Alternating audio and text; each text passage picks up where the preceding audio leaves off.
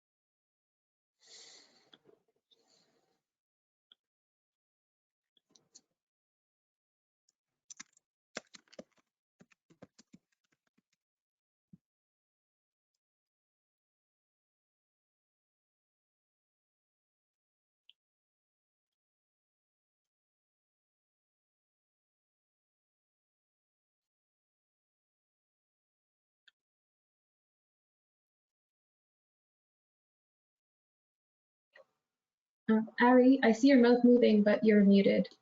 Oh, thank you. So I was just going to say we can start. So welcome, everyone. Thank you for joining us today for a workshop that has 3 sessions. The first one was session A. It was to cover the North American perspective. We just finished it about an hour ago.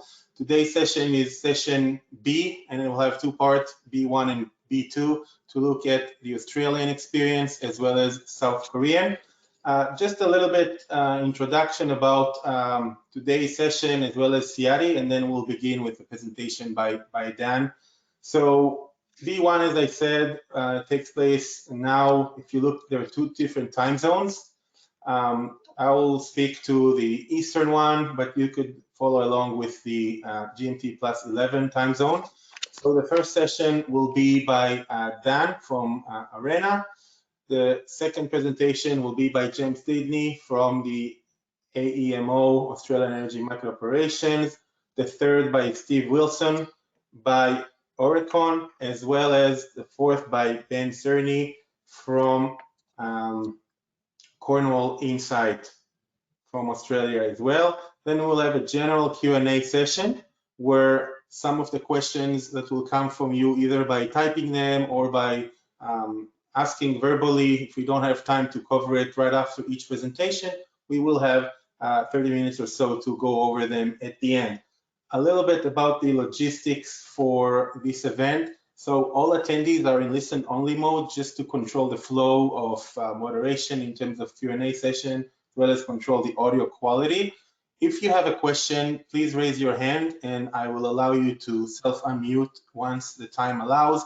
In addition to it, you could use the questions tab to ask the question, and then please just address it to the speaker that you would like to ask a question to. You could also use the chat box to let us know if you have any comment or questions as well, and I'll be happy to address it to the relevant speakers.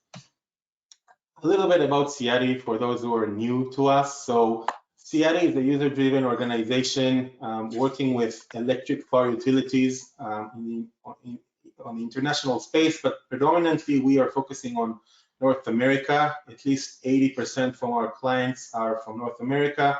We essentially provide the right tools to solve challenging needs by applying a user-driven and shared cost model, essentially facilitating information exchange, working on collaborative projects, benchmarks, workshops like today, training webinars, technical tours, hopefully as COVID starting to fade away, and so on and so forth. We have 21 programs. We cover vertical power from generation to transmission, distribution, behind the meter. I highlighted the 3 programs that are most relevant to BESS. The first one is Energy and Integration Strategy. This program is looking at grid edge technologies at the grid. So they're looking at cost-effective consideration to successfully integrate available resources in terms of the energy mix as a whole. So they really see the big picture. There's strategists, energy advisors, and so on and so forth. Next, on the middle here, there is distribution equipment and planning. It used to be called DLAM for short. These are distribution planners as well as asset managers that are looking at the hosting capacity of distribution feeders as well as standard and planning. So we're seeing that BESS plays more role as more and more integrations are taking place. There is a demand to increase coordination between TSOs and DSOs, so it's open for them as well. And the program that is most relevant for BESS is transmission planning and operations. As you guys know, the event is part of an ongoing project that we have by ICP-Tech, and we will talk about it in a bit. So a little bit about the project. The project is looking at best practices for integrating grid scale BESS. Some of the questions are listed here on the screen. What are the type of ancillary services that BESS can support? What could complement renewable energy sources and ancillary services? What are some business cases for BESS? What are pitfalls, challenges? What about subsidies required to justify the cost, regulation consideration, and so on? And I'll let Paulo Barbosa from ICP-Tech to provide an overview about the organization as well as this project before we move on to the presentation.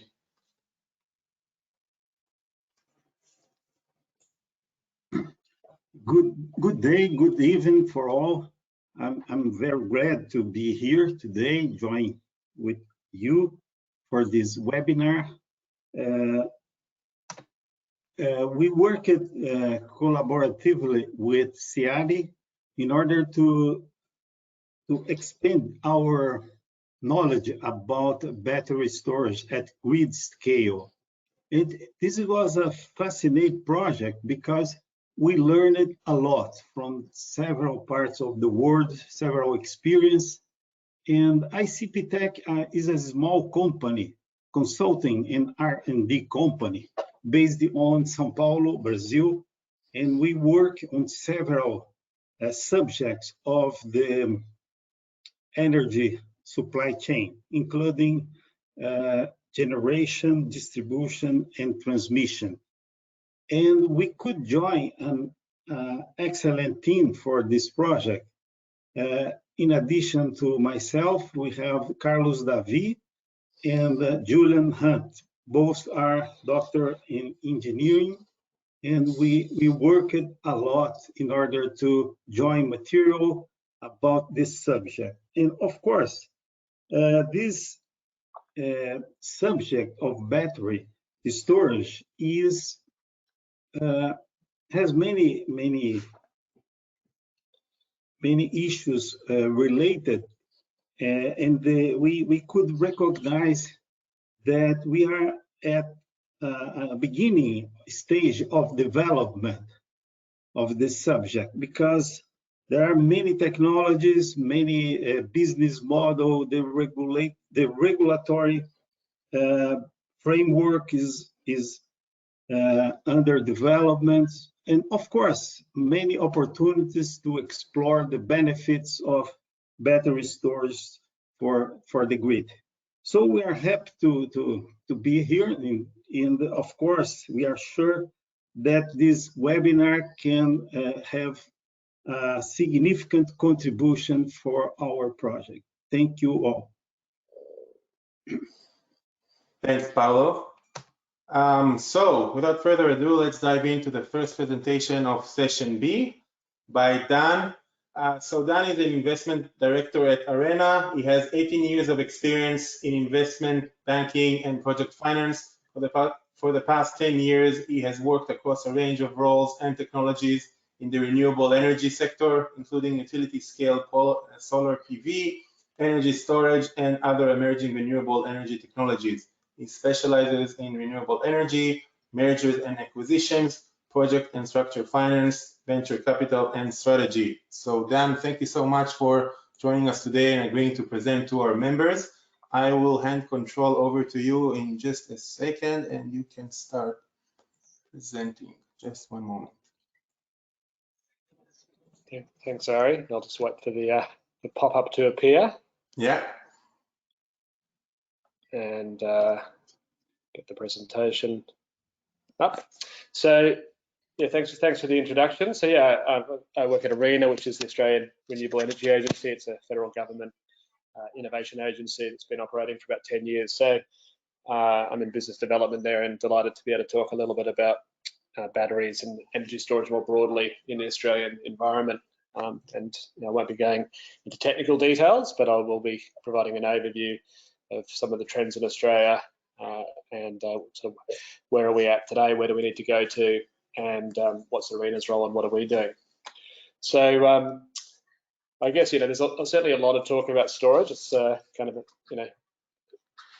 pretty obviously important, almost a bit of a buzzword. Everyone's talking about it, but there's sometimes a little bit of confusion still about sort of how to define it and think about it. And I guess that came across even in the earlier session today, just in terms of how the market's set up, and it's the same in Australia. We're still thinking very deeply about how to really incorporate large-scale storage and battery storage as a subset of that in the system and get it to really kind of work efficiently for maximum value. So I'll start off by giving a bit of an overview of ARENA, because I think a lot of people on this call probably don't know much about who we are and what we do. I've said already that it's a federal government agency that's been operating for about 10 years. You can see from this slide lots of information. So we've been investing across a whole range of technologies, and storage is at the right-hand side there. I think it says here $195 million across a whole range of storage projects, including batteries. Batteries have been a big part of that over the last few years and continue to be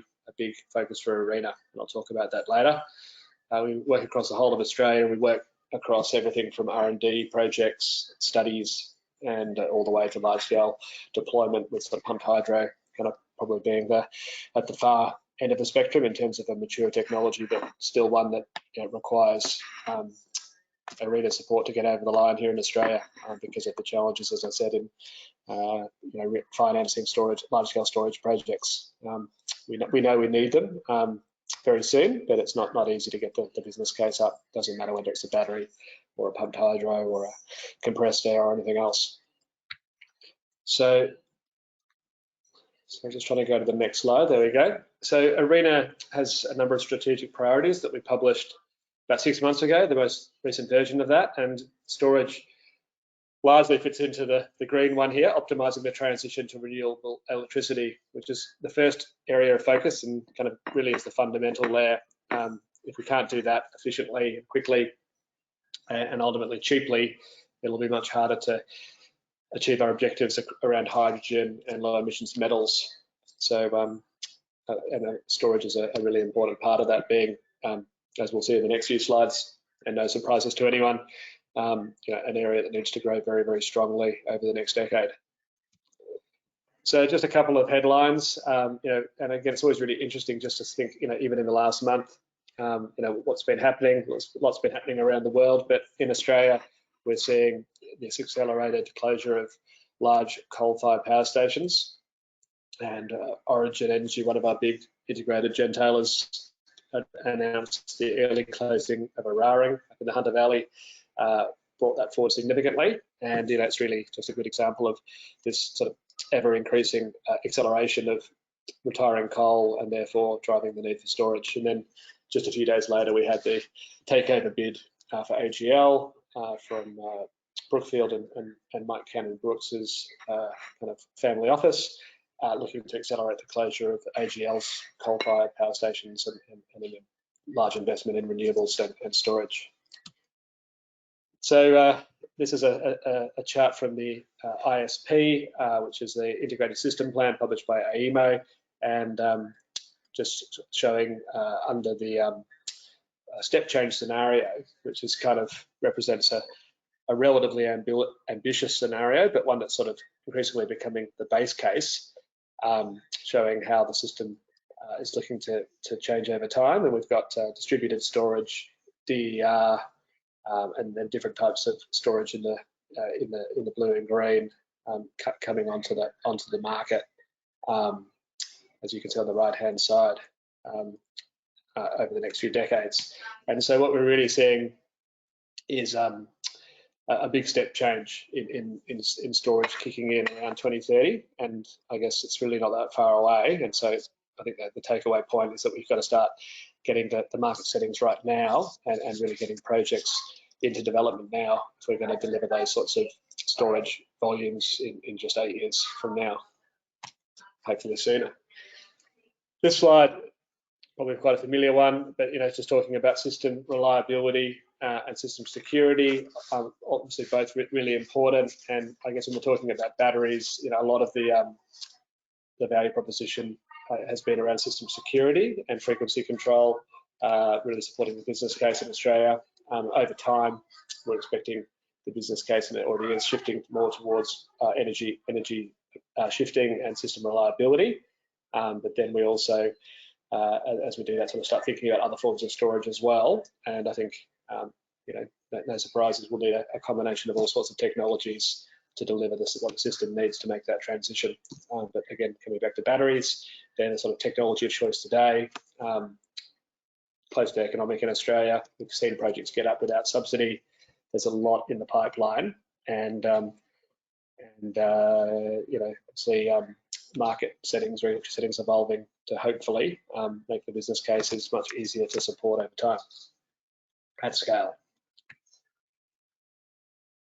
Just moving away from batteries for a moment, and not necessarily all batteries, but lithium-ion batteries, to other emerging technologies. And I'll come back to this again at the end in terms of ARENA's focus, because we are looking for innovation projects, and there is still work to be done on lithium-ion batteries, and I'll come to that too in terms of advanced inverter technology and what we're doing sort of now and into the future there.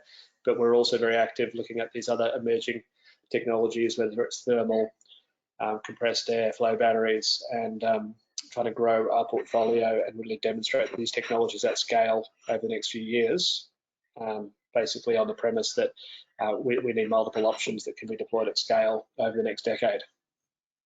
And as I said, the market signals aren't there for these technologies, particularly the longer durations, and that's where ARENA can help fill the gap and bring those technologies forward, maybe 5 years earlier than they would otherwise be pulled through by the market. Just a quick slide in terms of the battery business case and utility scale and what we've seen over the last few years. ARENA's funded over 6 projects of utility scale, and going back a few years, we were looking at a lot of projects that needed up to 2/3 subsidy to get up, and a lot of that was because the market really wasn't banking on ancillary services revenue. It was very much considered to be a kind of a nice to have upside, and then we've seen over the last few years those ancillary services revenues being actually very lucrative, and so we're seeing those revenues being built into the business case relatively aggressively. Still, I think a lot of people would be quite cautious, but I think those at the forefront have been willing to take a bit of a leap of faith that those revenues will be there for at least a few years and support the business case, and that's really driven down kind of the funding gap to what you can see in the chart here, 10 to 30%. We have seen some projects get up without subsidies, so potentially 0% gap, but I think as a general rule, and particularly today with lithium prices going up significantly, there still is a gap to getting business cases over the line unless you've got particular advantages, such as being co-located with thermal generation or other sort of, I guess, favourable offtake scenarios.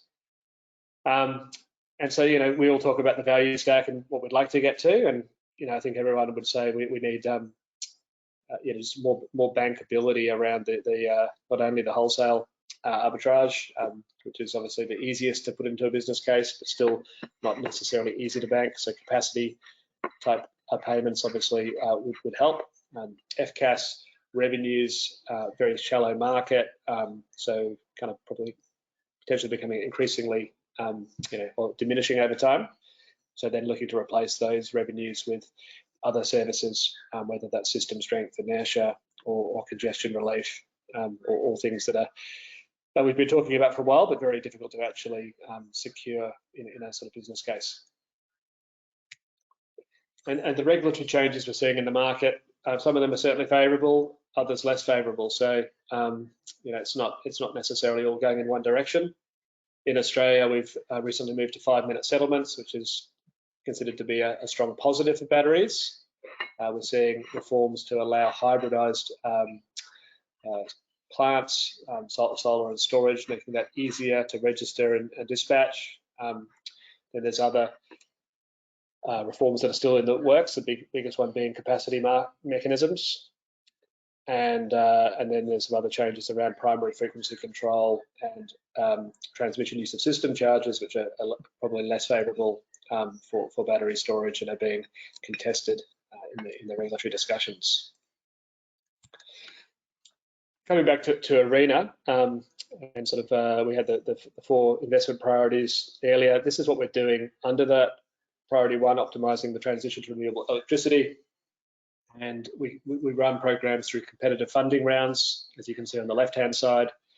We've got the biggest one and most relevant one is that we've recently announced a funding round for large-scale batteries with advanced inverters. And there's $100 million available there to try and demonstrate how those technologies can address system strength on a sort of statewide, sort of regional, whole of region basis. And that's been identified as AMO as one of the big challenges for batteries or inverters over coming years to try and increasingly run the system on inverter-based resources rather than requiring the thermal generation to stay there for longer or for syncons to provide those system services. So that's a big focus for us this year. On the right-hand side, we're also calling for proposals on medium duration storage. Always a question, what is medium duration? But it's really, it's certainly more than 4 hours, maybe up to 15 hours. As I said, the market doesn't really require more than that at the moment, probably really sort of 6 to 10 hours, and looking for those emerging technologies to come through, whether that's compressed air or flow batteries or other technologies, thermal storage, to show what can be done at scale and to give us those extra options for the future. The other things on this slide, you can see we're doing work around flexible demand, more work around electric vehicles, which we call future fuels, and some microgrid work. So a lot of actually, some of those projects have obviously battery applications or battery angles, but the top 2 there are really the big focus in terms of utility scale storage. And so that's really all I wanted to say. Happy to leave it to others coming after me to present a bit more detail, fleshing out some of those points I've made. But the main takeaway point I guess I wanted to make was that storage is very important. It's urgent in Australia, and ARENA, as the main innovation funding body of the federal government, has a very important role to play, and we're actively working across all areas of storage at the moment and going forward. So look forward to questions and look forward to hearing from people over the coming months and years in relation to projects that we can look at. Thank you. Thank you so much, Dan. Interesting overview by ARENA on energy storage in Australia. Are there any questions from the attendees? We do have about 5 minutes or so. If you have a question, please feel free to raise your hand or just send your question over the chat or the question box, and I'll be happy to read it on your behalf.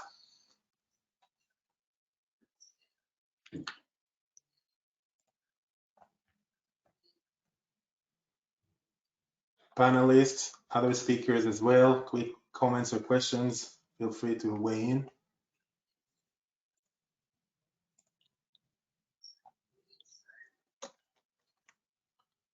Okay, there is one question here, just 1 second. What do you mean, Dan, by two-sided markets? One question from Hydro Ottawa. Yeah, it's probably a question that the AMO presenters can get into more detail, but it's really that idea of storage being obviously a load and a generator, and having the market set up to really allow any I guess asset, but in this case a battery, to participate in both sides of the market simultaneously, and that can relate to distributed storage behind the meter in the residential context, but also large-scale storage as well. So just making that sort of bringing together that probably there's a big distinction between loads and generation, and storage can obviously be both. So there's some challenges there in terms of how that's able to be registered and traded. And the two-sided market reforms is designed to make that a little bit more accessible. Thanks, Dan. Another question. What's the smallest capacity you allow to bid into energy and the ancillary market? So the smallest capacity for bids for the energy and ancillary market. Probably also one that AMO can answer with more confidence than I can in terms of some of the nuances, but I think 1 megawatt is the minimum scale required to bid into ancillary services markets. 1 megawatt? Okay. Thank you. And thanks, Riot from Hydro for the questions. Okay, if there's no more questions, let's move on to the next presenter. And if there are additional questions for Dan, please feel free to send them our way, and we can discuss them during the general Q&A session. So for now, I'll just steal the screen from you, Dan, and make myself presenter. Make sure you guys can see the screen. You should be able to see it. That was a presentation by Dan. The next presenter today is James Lidney. He's a group manager system capability. He works as a group manager and system capability at the Australian Energy Market Operator, AEMO. He has been with AEMO for over 20 years, working as a system performance and commercial manager and principal engineer in the National Planning Department. James has a Master of Engineering in Electricity Markets and a Bachelor of Electrical Engineer from the University of Queensland. So James, let me hand control over to you. Feel free to use your camera if you want. 1 second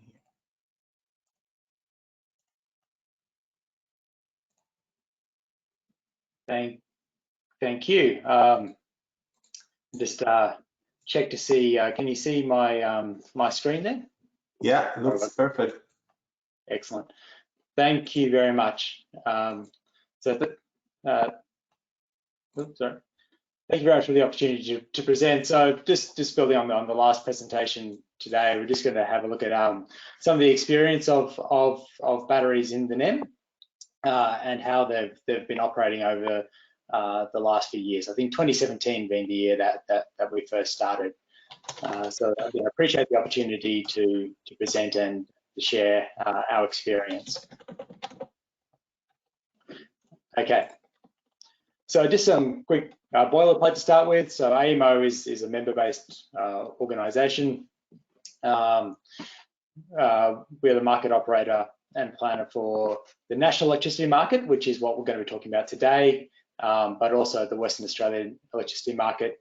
And we also operate to varying degrees gas markets across Australia as well. So a little bit about the geography, which is relevant to today's discussion, and just to set the scene. So the national electricity market operates one of the longest, not biggest, but longest power systems in the world. So it stretches from Port Douglas up in North Queensland, all the way down to the Eyre Peninsula in South Australia and across into Tasmania. Generation, so it's about a 5,000 kilometre round trip. There's about 60 gigawatts of generation installed. Again, you can see it's largely clustered around coal and hydro resources. However, this is changing. Like a lot of other power systems around the world, the NEM is undergoing a very rapid shift in generation from one that's dominated by synchronous generation sources, coal, gas, hydro, to one which is being more and more dominated by inverter-based resources, so wind, solar, battery systems, potentially variable speed hydro as well. And I should point out that slide there doesn't actually show the recently announced retirement of Eraring, which is just under 3 gigawatts worth. So you can see there's a lot of generation, thermal generation retiring, being supplemented by a lot of variable and inverter-based generation. So that combined with the fact that the NEM is very long and stringy, makes some very difficult challenges for us to manage in the NEM from a power system operation point of view. And what this presentation will show is how the BESS battery systems are effectively thriving in this environment. So firstly, a bit of history. In 2016, the South Australia state, which is part of the NEM,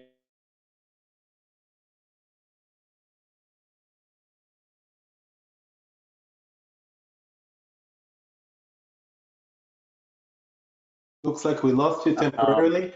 Okay, now we can hear you. Sorry, yeah, so 2016, there was a system block event in South Australia. This prompted the SA government to really invest heavily into the SA power system to try and prevent a similar event.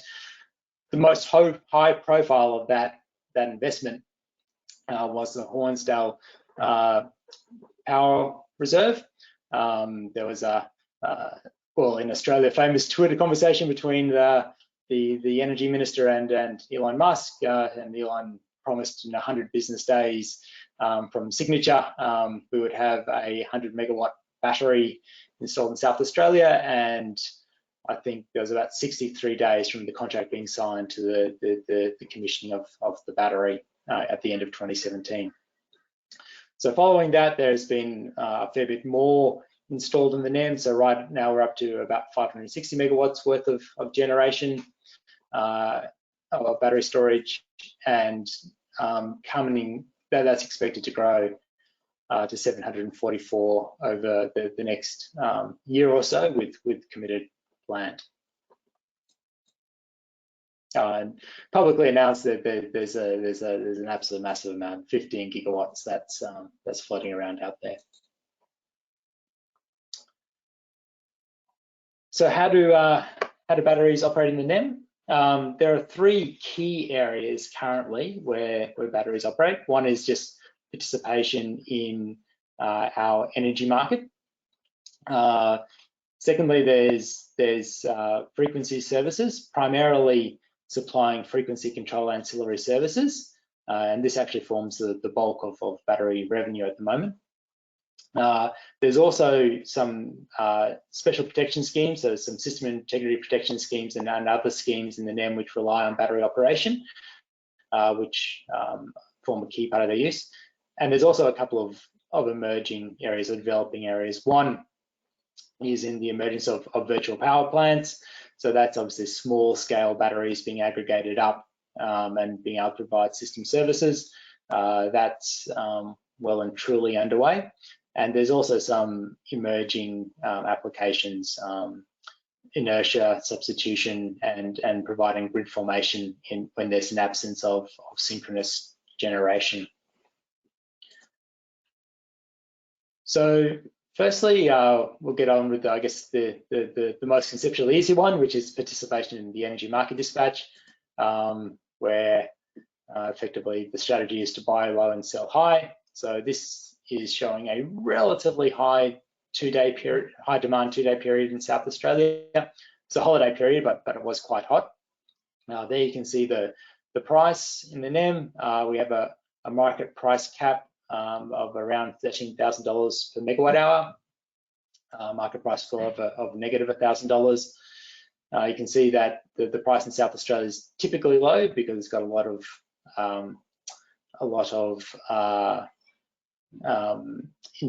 variable generation. So the marginal cost of electricity is typically very low in South Australia. So you can see there South Australian pool price. there's Hornsdale Power Reserve's dispatch pattern. You can see they're effectively discharging at periods of high demand and charging at periods of lower demand. Ask the question of why there is a lot more charging than discharging. That's some way to account for round trip efficiencies, but it's also to account for their participation in the frequency control markets as well. So with frequency control in the NEM, we have 8 separate frequency control ancillary services markets. They're divided into 2 categories, one for regulation and one for contingency. So this slide here focuses on their performance in regulation FCAS. So regulation FCAS is to correct small dispatch errors in the NEM and relies on participating plants being connected to the automatic generation control scheme and following those AGC targets. So here we've got a comparison between a battery on the left and a conventional generator on the right. So we can see from my point of view as somebody who is concerned with the physical operation of the NEM, the battery providing exceptionally good service. Because they're inverter controlled, they're able to pretty exactly follow the AGC signals we send. This compares to a conventional generator, which has a harder time exactly tracking the AGC targets that are sent to it. The second form of frequency control ancillary service in the NEM is the contingency service. So this is to respond to larger scale deviations such as generation trips or large load trips. And again, we see quite good response here. Most batteries in the NEM, when they're participating in the FCAS market, provide a simulated proportional response or simulated governor response, droop response, except they perform an idealized version of a governor response that tracks very close to the maths. So frequency goes down, generation goes up very quickly, and also has a very fast response time. So again, we find that battery systems provide excellent contingency frequency control ancillary service response as well. I don't have the figures on the slides, but it's typically, I think, sort of between 80 to 90% of a battery's revenue typically comes from the FCAS markets as opposed to the energy markets.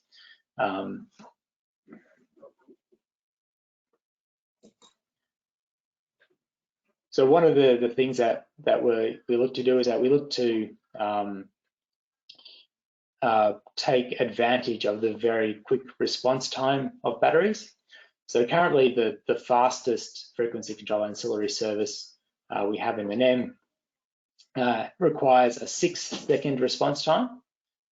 This second response time has been adequate to manage the NEM for a long period since its inception back in the 90s. However, it's too slow for low inertia environments.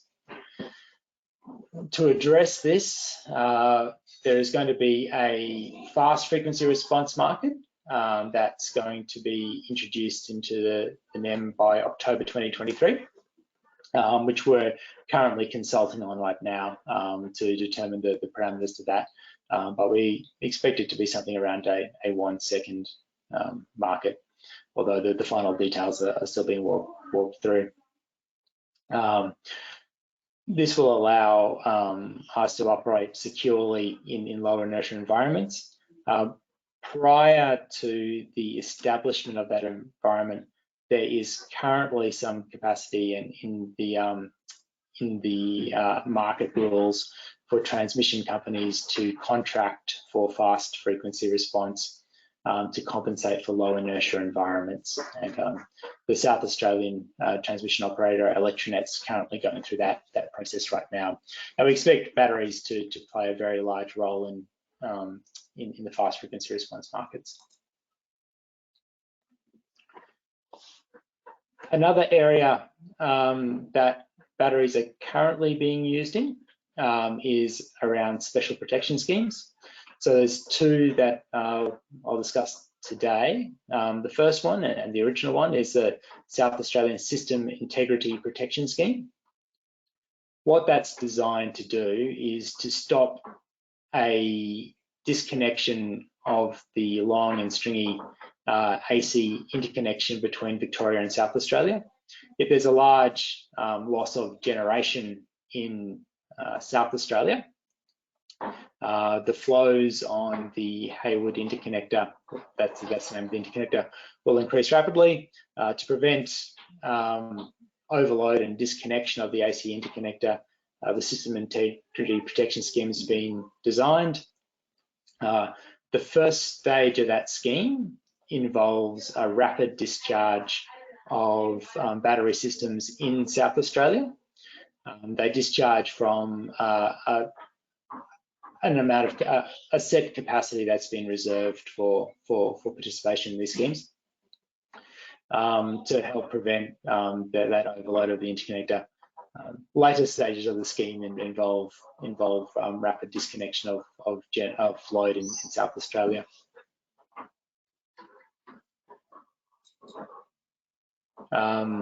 It's the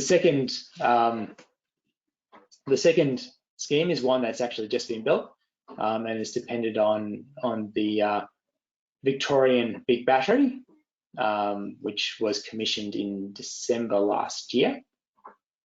That's a 300 megawatt, 450 megawatt hour battery. And what it's designed to do is over the summer period, the NEM, the National Electricity Market, is very much a summer, has a summer peaking profile. Over the summer period, it reserves the bulk of that 300 megawatt capacity for participation in a protection scheme. What the protection scheme is designed to do is to allow higher imports from New South Wales. So New South Wales is to the north of Victoria, across that AC interconnection. It does that by allowing us to use 5-minute ratings or lower time-based ratings, which have a higher capacity of flow over the interconnector across some limiting transmission lines. So over that November to March period, capacity is reserved for that. Over the other parts of the year, the battery is free to participate in the power system as it sees fit. So they're the current, I guess, established ways that we're using batteries in the NEM. There are some future applications that we're looking at. So one is grid formation. In South Australia right now, we have installed 4 big synchronous condensers, high inertia synchronous condensers. And one of the areas of development is to determine whether we can operate South Australia with synchronous condensers and inverter-based resources alone without any synchronous generating units. Grid formation from battery, grid formation services from batteries will be a key part of that picture if you can proceed. There are other parts of the NEM, of the National Electricity Market, that are quite remote from synchronous generation as well, and particularly in periods where we have to restart the system. We're looking at looking at battery systems and talking with the manufacturers as well as to whether they're able to restart the grid, and that's one area where ARENA's been very, very active in setting up a lot of support for development of grid formation services. Another area under application is the virtual synchronous machine. Again, this is mainly to support areas where there's low amounts of synchronous generation, in particular being able to provide, I guess, what you'd call synthetic inertia. So these areas are under development, but we expect them to progress over the coming years. So that's pretty much my presentation. So happy to take a couple of questions now, or hang around to the later stages. Thank you so much, James. Very interesting presentation. I'm going to check if we have any quick questions. Yes, I do find a couple of them. So, have you witnessed a conflict among sync generator and BESS with reference to operational perspective? Not yet. I don't think so. I mean, nothing formal. Obviously, as noted in the previous presentation, the frequency control and ancillary services markets are very thin, and batteries are very good at providing frequency control ancillary services. I think we've seen the battery systems to some degree displacing the conventional generation in those markets, but there's no open warfare yet. Mm-hmm. What about future operational conflicts, or I should say challenges? Anything that you might see, based on the adoption rate of BESS and also from the distribution sector as well? Anything that you can foresee being more challenging or conflicting per se in terms of operation? The challenge from an operational point of view isn't so much, I think, between the synchronous generators and battery systems, but is more in the integration of inverter-based resources together. Mm-hmm. Having to deal with low inertia environments and low system strength environments is probably the bigger challenge. Mm-hmm. What we are seeing is a lot of interactions between control systems in low system strength environments, which is proving quite tricky to manage. But it's probably less to do with batteries per se, and then more to do with just having so much inverter-based generation displacing synchronous generation. Thank you. This question was from Salim from Hydro One Canada. Salim, I hope this answers your question. If not, feel free to self-unmute. I allowed you to speak to that. While we're on it, there's another question from Victor, and Victor is from ons.org from Brazil. He's asking, what are the specifications of the BESS for participating in the FFR in terms of response time, duration, etc.? And what is the minimum megawatts injection for participation in this service? That's a good question. I can answer the second part. The second part is for all dispatch services, we have a minimum amount of 1 megawatt. Mm-hmm. But for the latter parts, that's still under consultation. So the market's due to come into effect towards the end of 2023. And we're right now consulting or about to commence an industry consultation to be completed by the end of the year as to what the parameters of those markets are. But I think we'll be looking towards other similar markets that have been established overseas. Thank you, James. I don't see any questions at the moment, so we can move on to the next presentation, and everybody could still stick around and ask the question during the general Q&A following session B1. So I'm going to steal control from you, James. Moment. Share my screen. You guys should be able to see my screen, and I will move on to the next presenter. Next presenter is Steve Wilson. Steve is a technical director working on BESS and hybrid power systems. He's recognized as innovator and expert in battery energy storage and hybrid power system, developing and delivering landmark projects. Most notably, he was the lead technical advisor to the South Australian government in the deployment and execution of its 100 megawatt battery project, the Ornsdale Power Reserve, which we already seen in previous presentations, which is the world's largest lithium-ion battery energy storage system. So Steve Wilson, thank you so much for joining us today and agreeing to present to our utility members. I will hand control over to you, and you should be good to go now.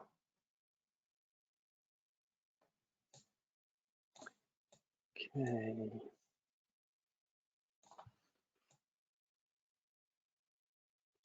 Okay, can you see my screen? Yeah, it looks nice. Excellent.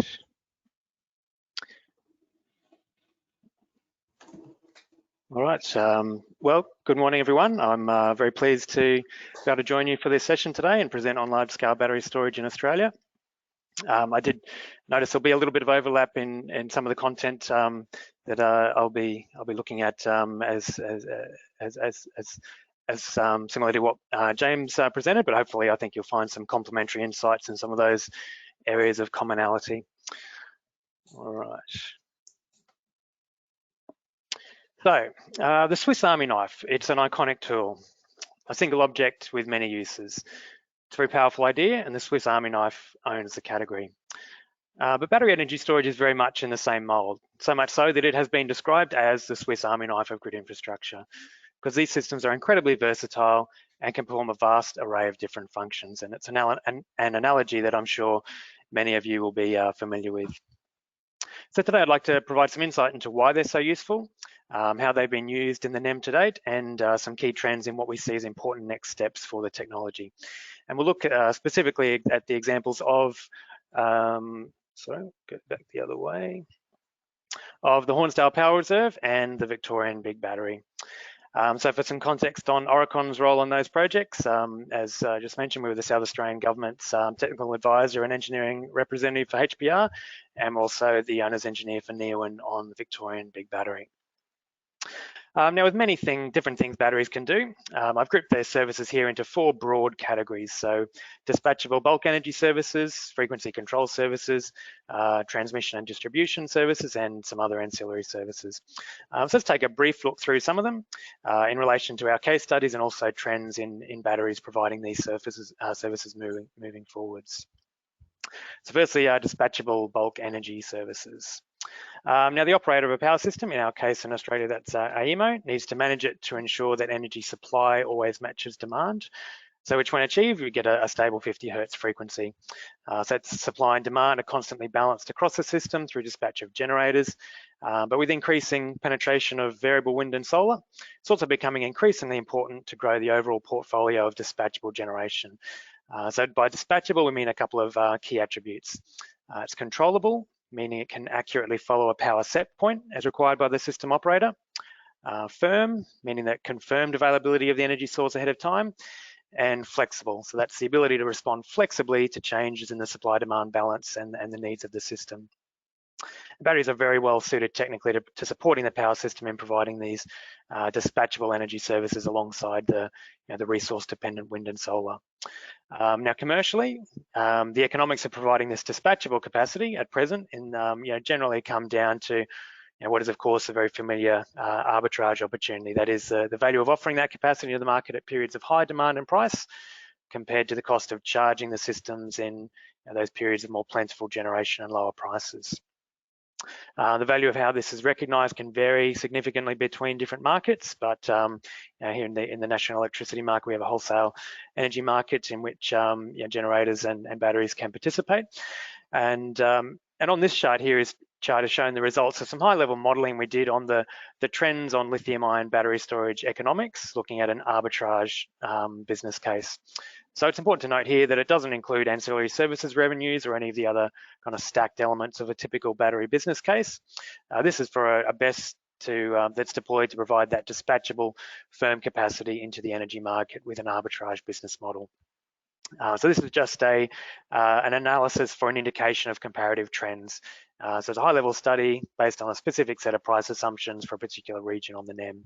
So it compares the levelized cost of storage, represented for different storage durations here by the solid lines that are trending down, to the average price the BESS is modelled to earn in those markets for the energy it discharges, which is represented by those dashed lines trending up. So the average price earned needs to be at least as high as the LCOS to make for a commercial project. The crossover point between these kind of indicates that an arbitrage business case is looking marginal by about 2026, 27, and then starting to look very positive beyond that. So it tells the overall story of an ongoing, significantly improving arbitrage opportunity for batteries. But there are also many other services batteries can provide as well, which are especially important to get a business case up in those intervening years. So next we have frequency control services. So these are responsible for managing short-term imbalances between supply and demand that are not controlled through the energy dispatch process alone. I've included inertia within this category as it certainly has some technical interrelations. So here on this chart from AEMO, we've got the key frequency control measures that are ordered in terms of the time frame needed for their response if you have a sudden contingency event. So such as the trip of a large power station or an interconnector between regions. So you see at the top left of the chart, the system initially stable at a constant 50 Hertz. Then you have a sudden loss of supply in the network and the frequency takes a nosedive. Instantaneously and over the first few seconds, there's an inertial response that slows down that decline in frequency. Primary frequency control is then used to inject more power into the system to arrest the decline. AEMO then uses secondary frequency control to help bring it back to normal, with tertiary frequency control being the redispatch of generators to meet the new supply-demand equation. So firstly, inertia. So the critical role of inertia in a power system is to slow the rate of change of frequency when there are those disturbances. This then gives the primary frequency control providers time to respond and ramp up their output. Inertia, it's inherently provided by synchronous generators due to the mass of their rotating parts that spin in lockstep with the system frequency. But an effectively identical service can also be provided by grid-forming battery systems, which can instantly inject or absorb power in proportion to the rate of change of frequency and a selected inertia response characteristic. And this capability is, for example, currently being trialled at HPR. One advantage of inertia through a battery is that its response characteristics are actually highly tunable to the desired settings. So you can tune it for a very high or a more modest inertia response, depending on the objectives for the project. A disadvantage of inertia through a battery is that you do need to reserve some head and floor room in the battery's dispatch of power for other market functions. So you're able to keep an inertia response available at all times. So unless you keep that reservation, you won't necessarily have that inertia response available at for some periods of the time when it's dispatching in other markets. It also does introduce a degree of microcycling into the battery's operation that wouldn't otherwise be required. Looking forward at some of the potential development in inertia through batteries though, one is to use a short-term overload capability of a battery for inertia. So this would avoid the need to reserve the continuous power rating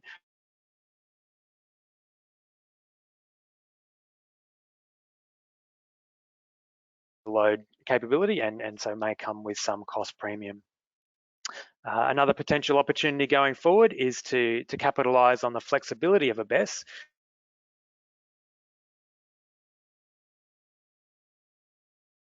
operate with different inertia settings and be able to switch between them based on the needs of the network. So if certain conditions arose that that temporarily needed a higher inertia on the network because of the sudden loss of certain providers of inertia, or two shifting of generators in which they're coming off during the middle of the day, for example, high inertia constant could potentially be enabled in the BESS at those times only, which would minimise the impact of that microcycling. So I think there's some interesting avenues for exploration in developing some of these services further, and we're seeing interest from some of the NSPs in exploring this. Next in line in frequency control measures is primary frequency control, or contingency FCAS on the NEM for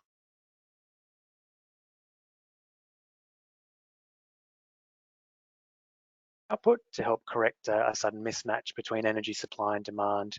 And James touched on this this capability as well. So typically that fast frequency response can be provided within about 200 milliseconds, depending on exactly how it's implemented within either in the inverter controllers or in the PPC, but basically quicker than the blink of an eye.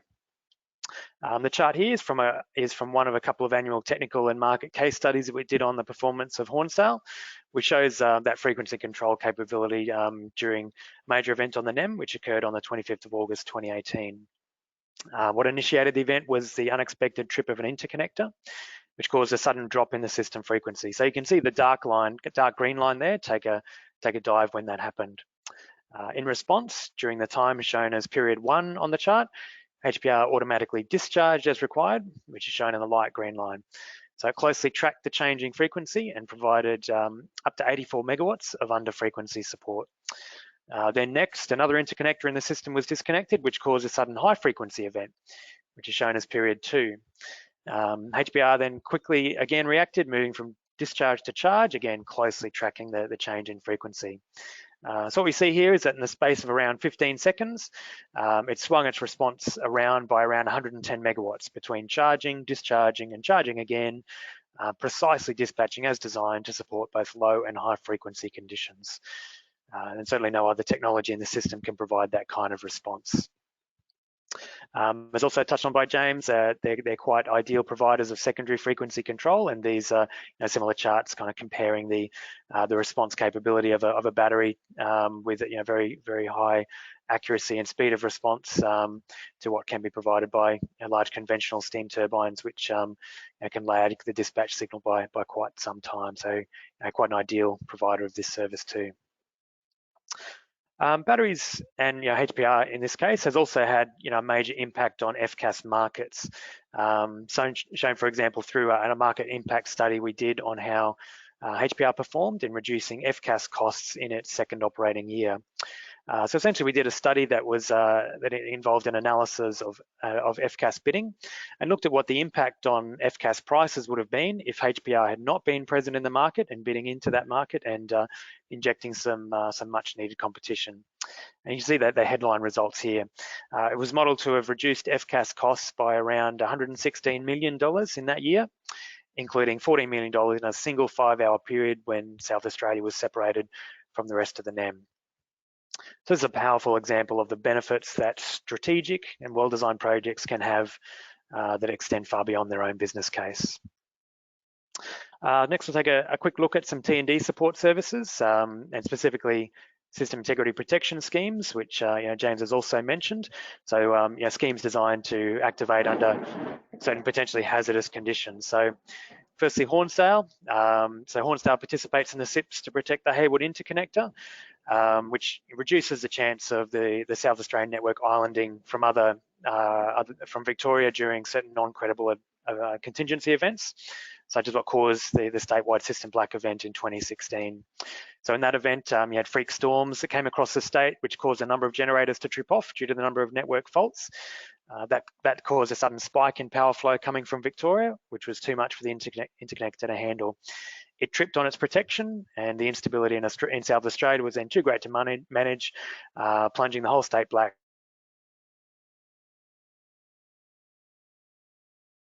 To address what was the biggest, most significant threat to system security in South Australia, which is that sudden overload and trip of the interconnector caused by other power system events within the state. So the battery is both the Hornsdale and the Dalrymple battery are integrated into the SIP scheme. So if a condition arising needing that arises, Electronet, the network service provider, automatically sends a signal to HPR, which then gives near instantaneous 70 megawatts of support to the interconnector to help prevent it from tripping and cause a major cascading of events in the state. So they're the VBB, Victorian Big Battery SIP scheme, which is quite different in its design and As also, James mentioned, its role is to help prevent thermal overload on the V&I interconnector between Victoria and New South Wales, and allow extra thermal rate, the thermal rating of that line to be used. So a key benefit of that, enabling those increased energy transfers between the states, so those wider market benefits. So system integrity protection schemes, they've proved to be a very important service for batteries in the NEM to date, and there are no doubt other similar opportunities that could be explored for other parts of the network. And in fact, we are starting to see similar kinds of services, and in fact even more sophisticated service agreements being considered for network support services. So network service providers are seeing the potential for batteries to deeply integrate into how they manage their networks. Some examples include SIPS-like protection schemes to prevent or minimize load shedding upon certain contingency events. Another example is having a battery registered for with a couple of different capability curves for real and reactive power, such that it can at times be used to provide some extra voltage control. So under certain conditions, when you need additional voltage control at that connection point, the battery can have then its real power capability reduced to allow it to provide more reactive power. So by temporarily reducing the capacity of the battery's operation in the energy markets, it can provide some extra local voltage support. And this may only be needed rarely, and so have minimal impact on energy market revenues. But it can be a much more cost-effective solution for an NSP than investing in additional permanent voltage control equipment. And another example is incorporating a BESS into a wind or solar plant run-back scheme for contingency events, which allows those to operate more unconstrained most of the time. So there are many opportunities for BESS projects to deeply integrate within networks. And when designed well, I think many of these services can be structured to be provided on more of an as-needs basis, which does limit then the operation on the battery's business case for other market services. Finally, we come to some other key ancillary services. So firstly, system strength. So in essence, system strength refers to the extent to which a stable voltage waveform is maintained after disturbance to the system, such as a short circuit or a fault. In a network with high system strength, the voltage waveform is well maintained throughout a fault, even as the voltage dips, and that enables stable recovery from the fault. But with poor system strength, the waveform can get quite distorted, and instability can persist well after the fault has been cleared. This can become a very significant challenge as more and more inverter-based renewables displace conventional synchronous generators, and really is the biggest technical challenge facing the NEM as more renewables are seeking to connect. So for this reason, there's a lot of interest in Australia in batteries operating in grid forming mode to provide system strength as a service and enable more renewables to be stably connected. Some detailed modelling has indicated that they can potentially perform up to twice as well as a synchronous machine of the same rating. So installing synchronous condensers in weak parts of the grid has been the solution to this in recent times. But batteries do offer a lot more other benefits to the owner and to the system than a sync-on does, and can potentially outperform them by a ratio of about 2 to 1. Meaning, for example, a 50 MVA battery could potentially provide a comparable system strength service as a 100 MVA sync-on. Key to this is the inverters having an appreciable reactive power overload capability, and how these response characteristics are really tuned to provide that maximum system strength support.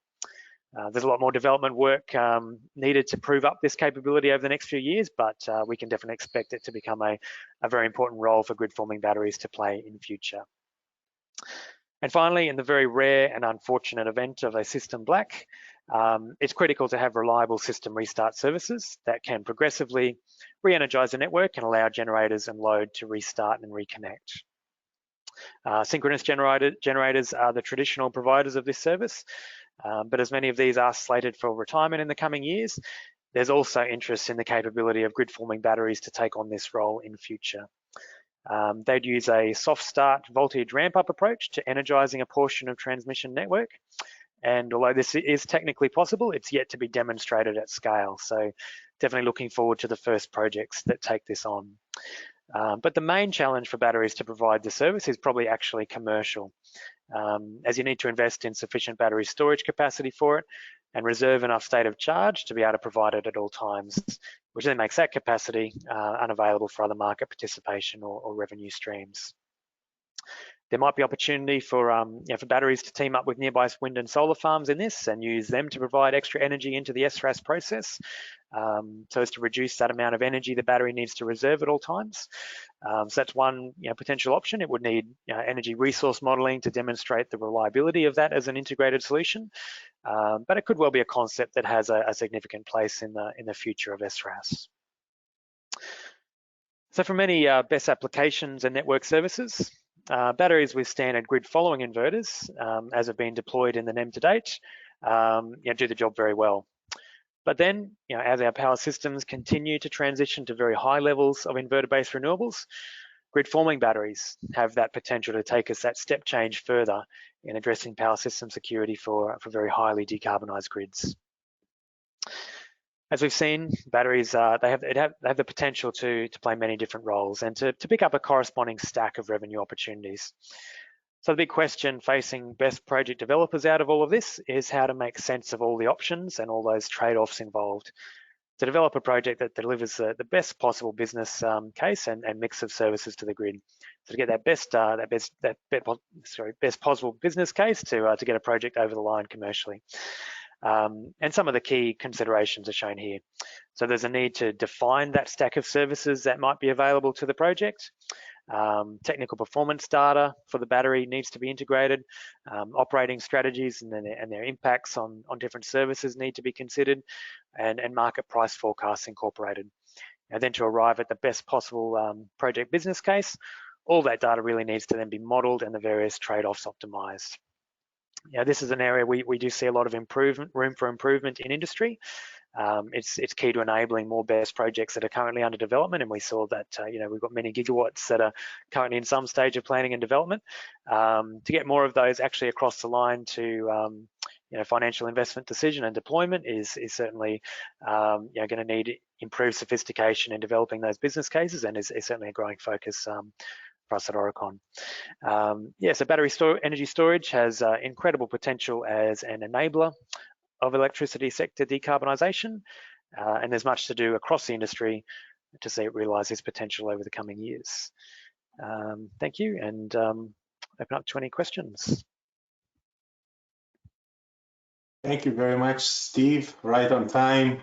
Great presentation. Was nice to see you highlighting so many application and use cases for BESS to improve grid operations and planning. Really appreciate that. I'm going to look at the questionnaires tab to see if there's anything here. So a comment from Ryan from Hydro Ottawa. Your examples you provided are fantastic.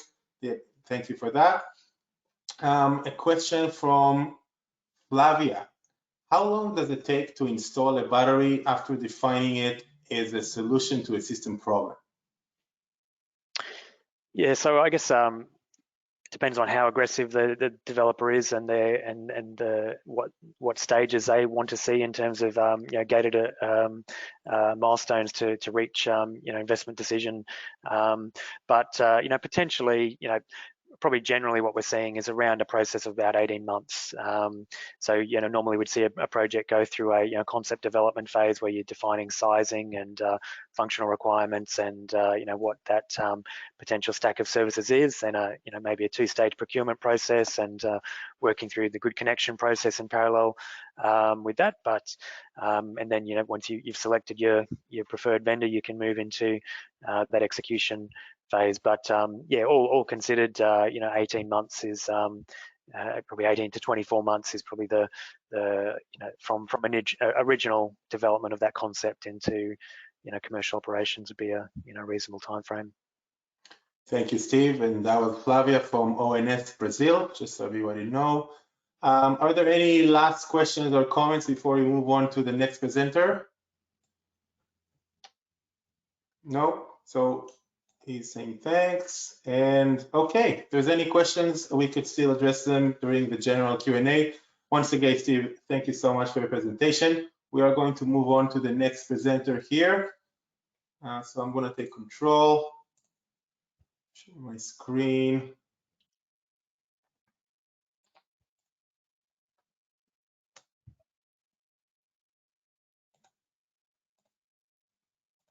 Okay, so hope you guys can see the screen. So the next presenter is Ben Cerny, a principal consultant. Ben is managing consultant in Cornwall Insights, Australia's office, with more than 10 years of experience in the energy, flexibility, and carbon sectors. He focuses on flexibility and innovation across the energy sector, including generators, retailers, and networks, as well as regulation and policy. So Ben, thank you so much. Pleasure to have you today with us. I am gonna let you share your screen and feel free to take it from there. Okay, you should get a prompt message right now on your screen.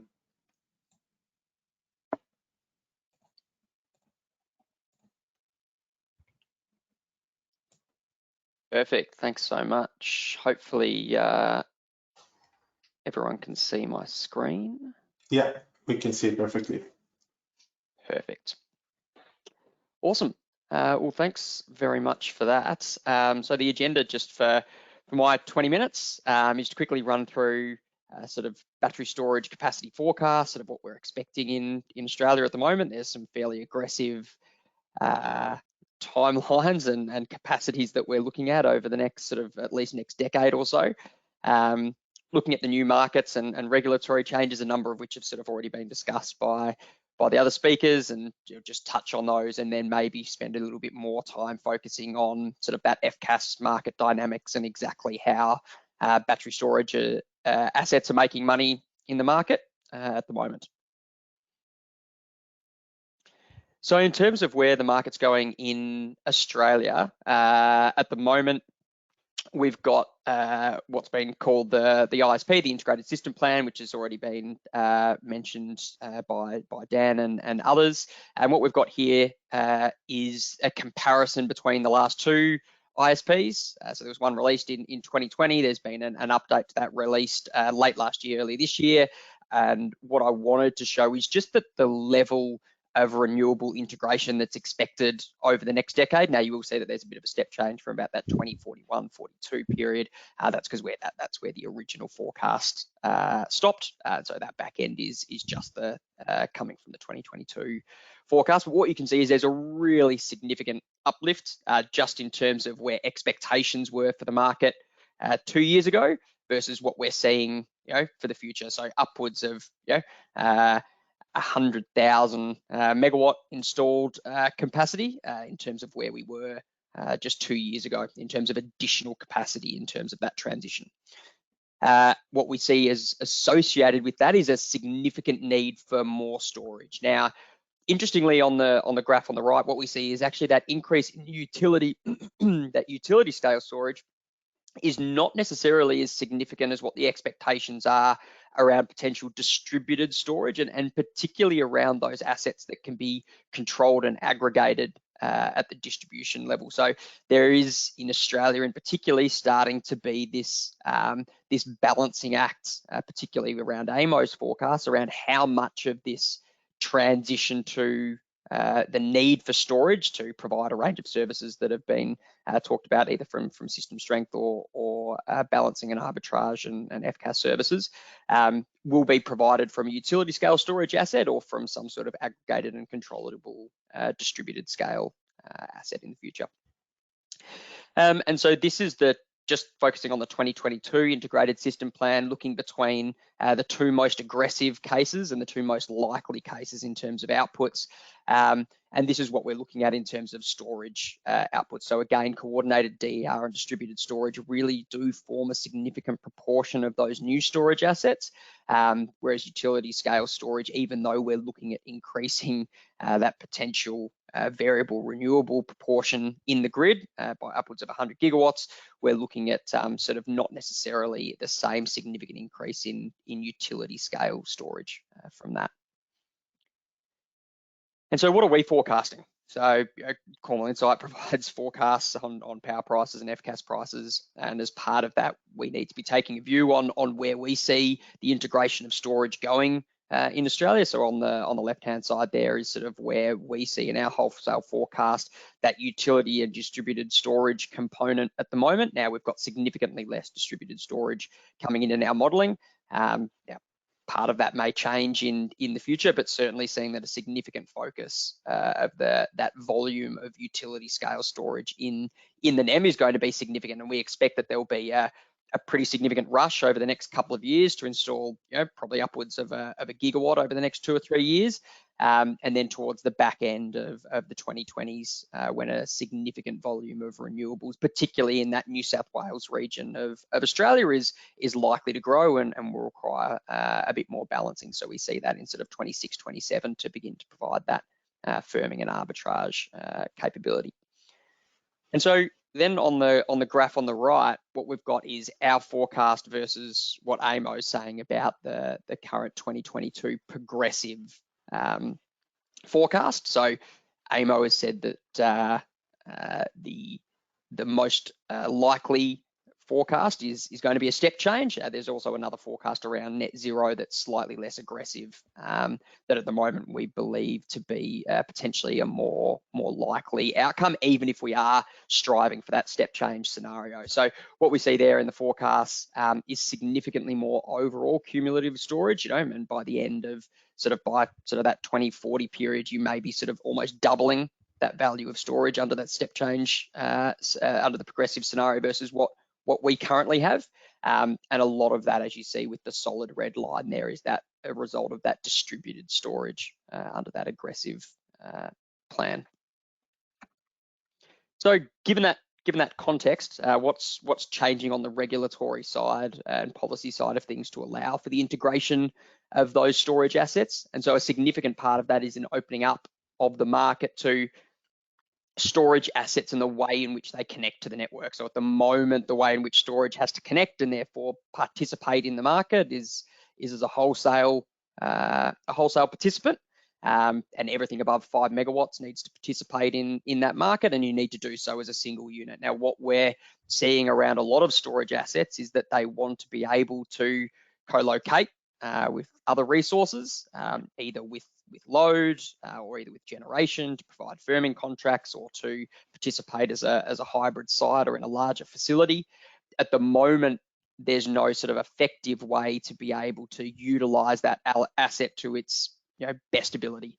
So the most recent rule changes we've seen in Australia is to try and allow for the optimization of these assets behind the meter, to allow for hybrid sites to be able to participate through a single connection point and therefore be able to manage energy behind that connection point. Therefore, if wind is slightly lower or solar is slightly lower on your site, you can utilize a storage asset to be able to firm that output, as opposed to being or having to pay any penalties or those sorts of things for that lack of generation. And so you can firm that up with a storage asset, again, without having any penalties around the potential dispatch instruction you may have received individually for that storage asset. So being settled on that cumulative profile from all of your assets together. On the right hand side is what we're seeing around system strength, which was sort of already alluded to by Steve, that there's been a significant rule change to require the TNSPs in Australia to procure system strength, levels of system strength. Those levels of system strength will be set by AEMO, and the TNSPs will then be required to go out and procure that minimum level. The idea being that the TNSPs are in the best position to be able to forecast, see, and therefore procure on a much more efficient basis system strength solutions, rather than AEMO identifying a problem around fault level shortfalls or inertia components on a reactive basis and then forcing the TNSP to go out and procure those on a piecemeal basis. So being able to take a more holistic view around system strength, again, having a more forward-looking view allows for storage assets to potentially integrate technology that will allow them to participate, such as, as Steve alluded to, grid forming inverters. And this gives them, again, another portion of that value stack to continually build up that business case.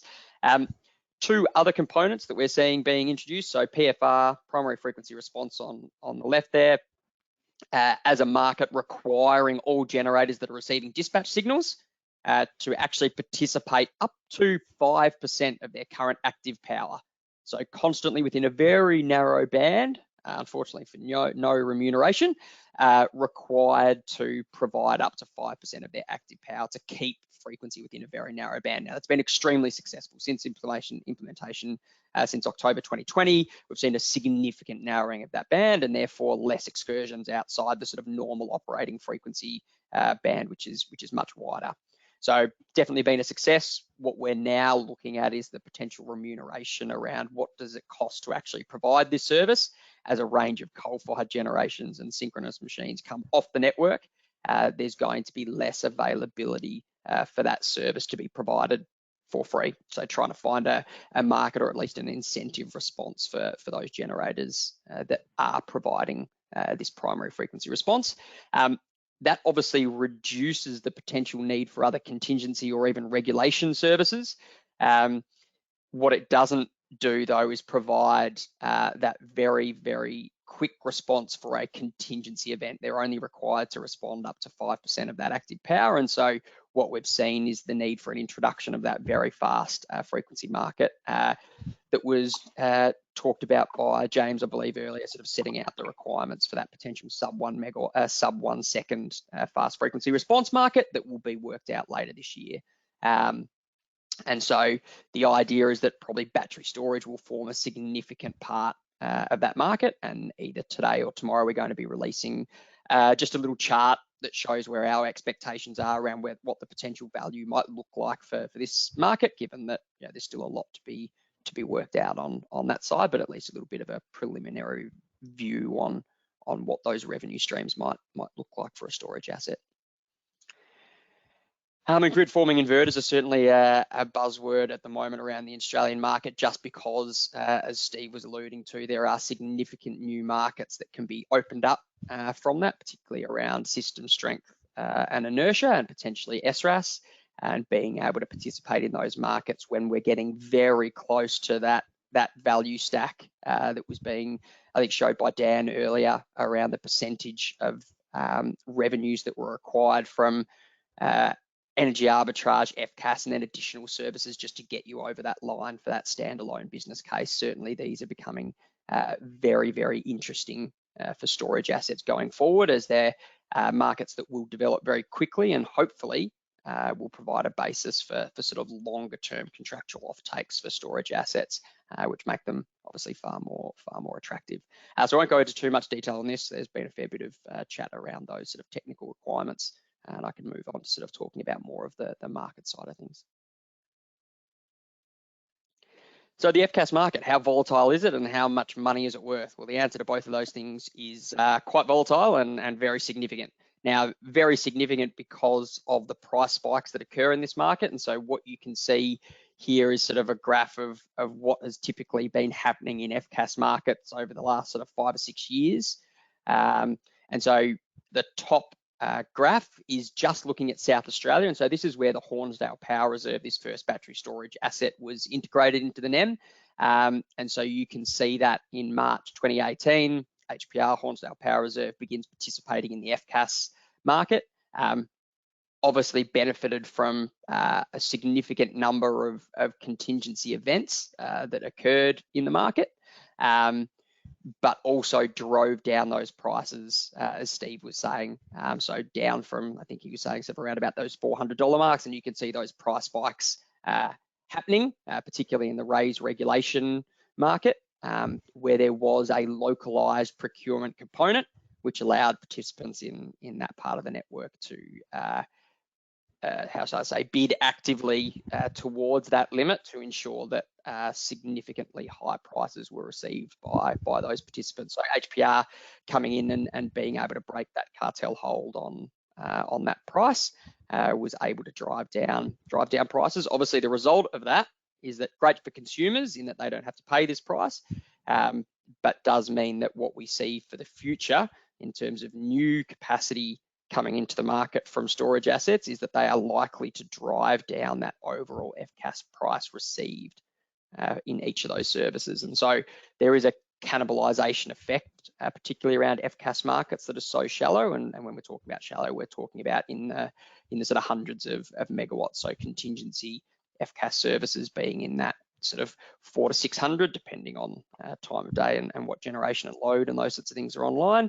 And in the regulation market, that sort of primary frequency response, secondary frequency response, you're talking about sort of that 200 megawatt, 220 megawatt range. So it's not a huge market, especially given we've already got sort of 500 megawatts operating.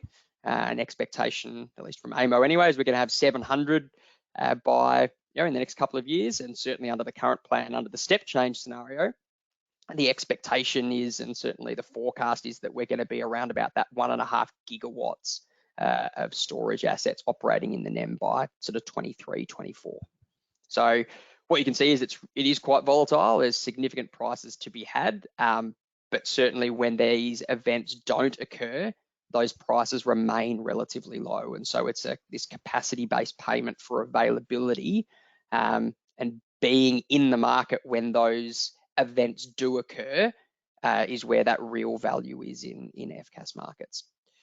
And so taking a look here, what I wanted to be able to show to you guys, which was certainly alluded to, I think, by James, and the question that was asked around what is the participation like for storage assets in these FCAS markets. What you can see is since 2019, there has been a very significant increase in terms of storage's participation in a lot of these FCAS markets, particularly around the RAISE FCAS markets, and a significant decline in terms of that ability for black coal and to a certain extent brown coal to also provide that response on a volumetric basis. So battery storage and demand response continue to take a market share in a number of these markets, particularly those shorter RAISE 6 and RAISE 60, as well as those lower 6 and lower 5 minute for storage assets, less so for demand response. So that's what we're seeing around the transition. For all intents and purposes, that has kept prices down. But what we are seeing is a significant number of contingency events still occurring in the NEM, and it's those events that drive these large price spikes you can see in that red dotted line, particularly around those shorter RAISE 6 second. And so the one around 2020 is a result of that islanding event between South Australia and Victoria, where South Australia was required to procure all of its own frequency response volumes inside the state. So what are we seeing then in terms of the trends of how battery storage is actually operating in the world, and particularly in the NEM, and looking at some of the storage assets in South Australia? What this graph shows is the discharge profile of storage assets, and what we can see is on the discharge profile around that morning peak, that 8 a.m. period, we see a significant discharge. Again, we see the same thing in that evening period as well, around that sort of 5 to 8 p.m. period. There's again another peak. We also see the same on a charge profile. So during the middle of the day, when prices are really low, we see significant charge, and again during that really early morning period, we also see a significant charge. So what is interesting though is that 2021 has seen a significant uplift in the volume of those average charges and discharges during the day. So what we see on the right hand side though is that isn't correlated necessarily to significantly higher prices that we've seen from 2019 versus 2021. In fact, prices in 2021 overall are lower than they've been in 2019. And so this change in profile in terms of how storage assets are looking to pick better periods, getting smarter, and then asserting more volumes in the market over those periods is changing. Now, we have a bit of a view as to why that might be changing, and that's as a result of primary frequency response in the market. So primary frequency response is holding frequency much tighter, which requires the regulation market to be called upon far less. So while the primary frequency response is keeping it nice and tight, you therefore don't need as much regulation frequency response in the market to be able to keep the market within that normal operating frequency band. And so if you're called upon less often, even though you might be procuring the same amount of capacity to be available, but you're actually only activating 50% of that now, means that the actual throughput through a battery is far less. And so the batteries are actually responding with significantly less energy overall, and you sort of can see that in the raise reg actual dispatch, both in the raise and the lower. So you see there in the 2020 raise reg dispatch in that red dotted line, that sort of bright red dotted line over the top there, you see that sort of hitting 40, 60 megawatts over that evening peak. And in 2021, that raise reg dispatch is now significantly lower, and we're talking, say 20 megawatts lower overall. We see the same profile on the lower. So we're seeing much higher, much lower dispatch in LREG, in that lower regulation than we are in 2021. And so the enablement values that you can then bid in are far higher. If you're getting dispatched for a lower percentage of that, you can bid in much more capacity, just because the main constraint with the way in which a storage asset operates is around its cycling and its throughput requirements. So if you're getting called upon less and the throughput is less, given your current capacity, you can bid in more capacity into those markets to be discharged with the same volume of throughput, but you get paid on $1 per megawatt, that capacity value that you bid into the market. So there's more money potentially in there, but you're getting dispatched in terms of that throughput far less. So what does this mean then in terms of revenues and what we've seen on average over the last couple of years, 2019, 2020, 2021? 2019 and 2020 did have contingency events in them, particularly 2020 in South Australia. And so you saw a significant portion of those revenues come from particularly those raise contingency services. So in particular, you can see there in the light green, raise 6. So there is an energy arbitrage component that you can see there right on the top, but in terms of the percentage of overall revenues that it contributes is actually quite a low percentage currently, even with sort of FCAS prices potentially trending where they are, which is sort of on a downwards trajectory. And you can sort of see that in terms of where 2021 is versus 2019, and certainly versus 2020, is that there is that declining portion of revenue that's coming from FCAS services, while that portion from energy is sort of staying relatively stable. Now in 2020, that was obviously a lot less because the batteries would much rather be in those much higher priced FCAS services. And so this hopefully will set out sort of how that can change year on year, and how extreme weather events and those particular contingency events can really drive the business case for storage assets. And so you see that in Q1 2020 when there was that separation event. What we see in terms of the total value of that one contingency event that lasted for 17 days is that it's essentially worth 12 months of revenue. And so that is a significant driver of business cases going forward for storage assets, and is a risk that needs to be included into the business case, and trying to convince financiers to understand that volatility in the FCAS market is both a risk but also drives value for those projects. And so what we saw now, and certainly I think what Dan was showing around the potential for investors to take on some of that FCAS valuation in terms of being able to contribute to the amount you can borrow against the project in order to get it financed, is now much more mainstream than it was back in 2018, 2019. And so these values are now being considered.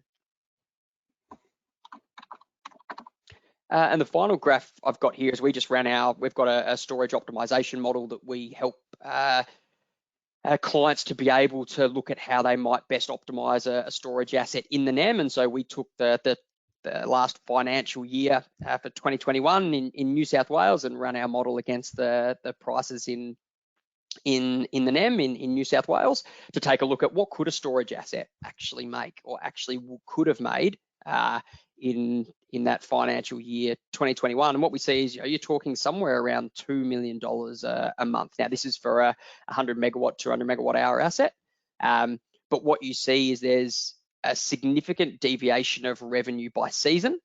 sort of with a significant amount of revenue coming over those sort of summer, potentially summer months in that sort of November, December, usually January period. We did have not necessarily a really large summer in 2021 around energy price. It was a very non-sunny, not warm summer, and so there wasn't that same load on the network that drives those higher priced periods. But what we did see is come May and June, there were significant events in the network that caused prices to spike across the NEM, which resulted in some significant pricing at the back end of that forecast. So you're talking somewhere around the $35 million for a 100 megawatt battery in a single year. Now, the storage model does have a little bit of foresight, so we'd expect, in terms of commercial operation, that might be, say, around the 20% less mark. So talking sort of 80% of that, and so sort of just under the 30 million in terms of overall revenues in a year. So thanks very much for that, and yeah, happy to answer any questions and hang around for the panel session. Thank you, Ben. Yeah, that's the last presentation of session B1, and then we'll now have the general Q&A session and then session B2, just so everybody knows. So I'm gonna take control from you, Ben, and by the way, great presentation and interesting perspective on the deployment of the BESS in Australia. Let me just take control here. And I'll start reading a question that was actually asked already in the North American question, but it's always interesting to see again different perspective on the same question. So I'll just ask it. Do you or have you considered using distribution utilities as aggregators so they provide wholesale market energy and ancillary services while using embedded generators for their own non-wire alternative solutioning? And that's open for all speakers, panelists, but Ben, since you're the first one here, if you want to take a shot at that based on your experience.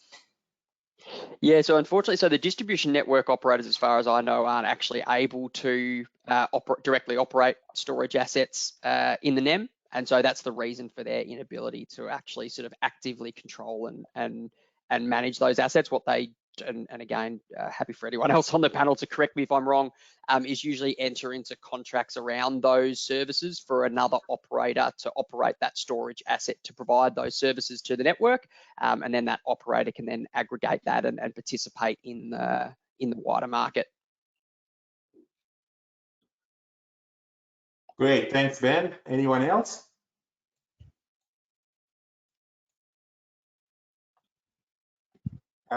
James, I'm not sure if it's just me, but I can't hear you. It looks like a hardware mute since your microphone is green.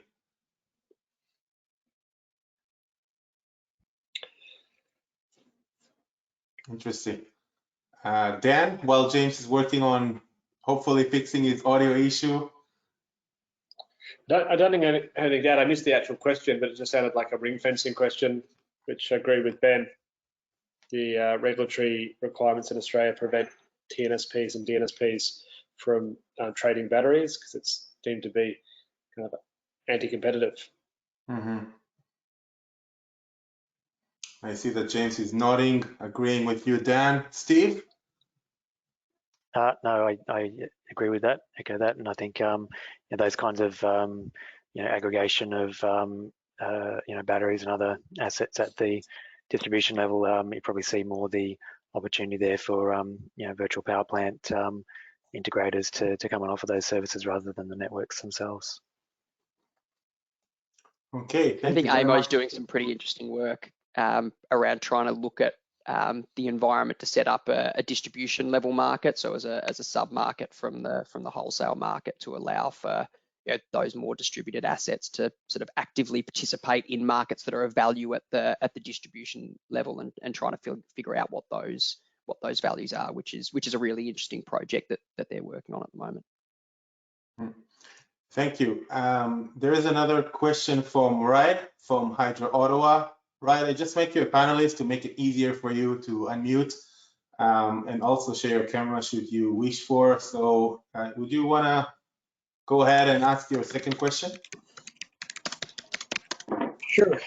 It's kind of like the cat and mouse game where the providers of the energy services are looking for making a big profit on their investment, and yet the requesters of the services are looking at reducing cost.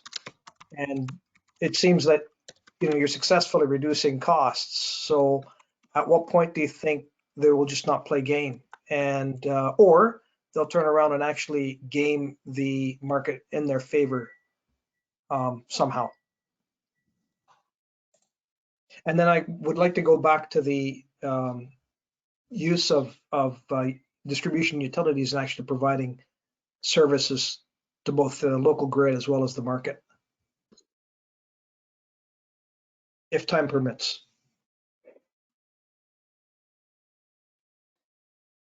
We don't have any more questions in the queue for now, so I think we can go with it. Start with your latter question, and then we can go back to the distribution one. No problem. It seems like James was going to answer, but he was in mute.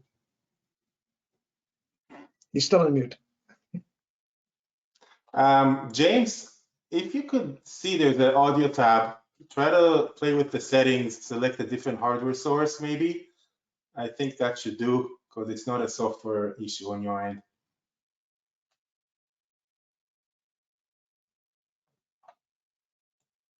Yeah, I don't know. I mean, maybe in terms of that, the first part of that question around trying to find the balance between BESS and storage providers wanting to provide those services within the distribution network or system strength and those sorts of things, as well as having to have the ability to drive down costs in the network. I think what we're seeing at the moment around a lot of those potential options in the distribution network for storage assets to defer network costs and those sorts of things is that at the moment it's still in many ways cheaper to be able to come up with a hardware solution rather than a portion of storage. That deferral option is actually not that large, and so it might be $100,000 here or $100,000 there for 1 year, for 2 years. When you're building potentially a 10 or 15 year asset, the potential value of that $100,000 to provide the network solution, if it is in fact over that evening peak, there's a disproportionate value in the revenue stack for a storage asset that is over that evening peak. And so what we've done is some analysis around, in terms of that time of day profile for where you make energy, that value of energy is significantly over that evening peak. And if that's where that value is needed by the NSP, you can be giving up a lot. And so in a lot of instances, it may not be in the best interests of the storage asset to give that up in order to be able to provide that network solution. So in some instances, they're not as complementary and stackable as you'd like. Now, I think there are certainly ways for NSPs to get better at talking at what best providers in terms of what they can do to try and find more synergetic ways and stackable ways to be able to provide those services, for sure, though.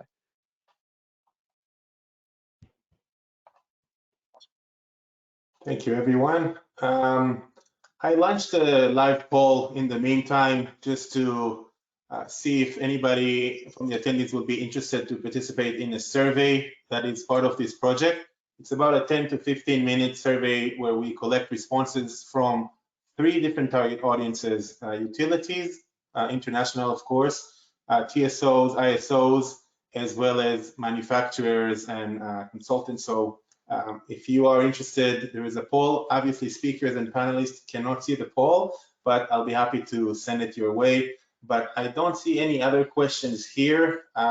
Anybody has additional questions for the speakers and panelists, please raise your hand and I'll mute you, or use the questions or the chat box before we move on for a very quick break and to session B2 to look at additional perspective on BESS in Australia as well as South Korea.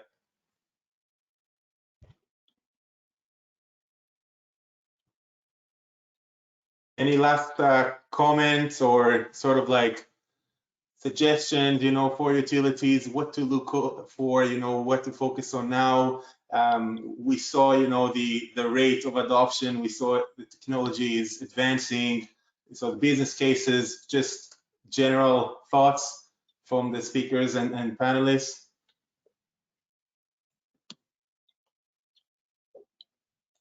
Dan here. I mean, yeah, I think everyone's on the panels provided a different perspective. And I think there's been some technical, case studies, some market case studies. There's a lot going on.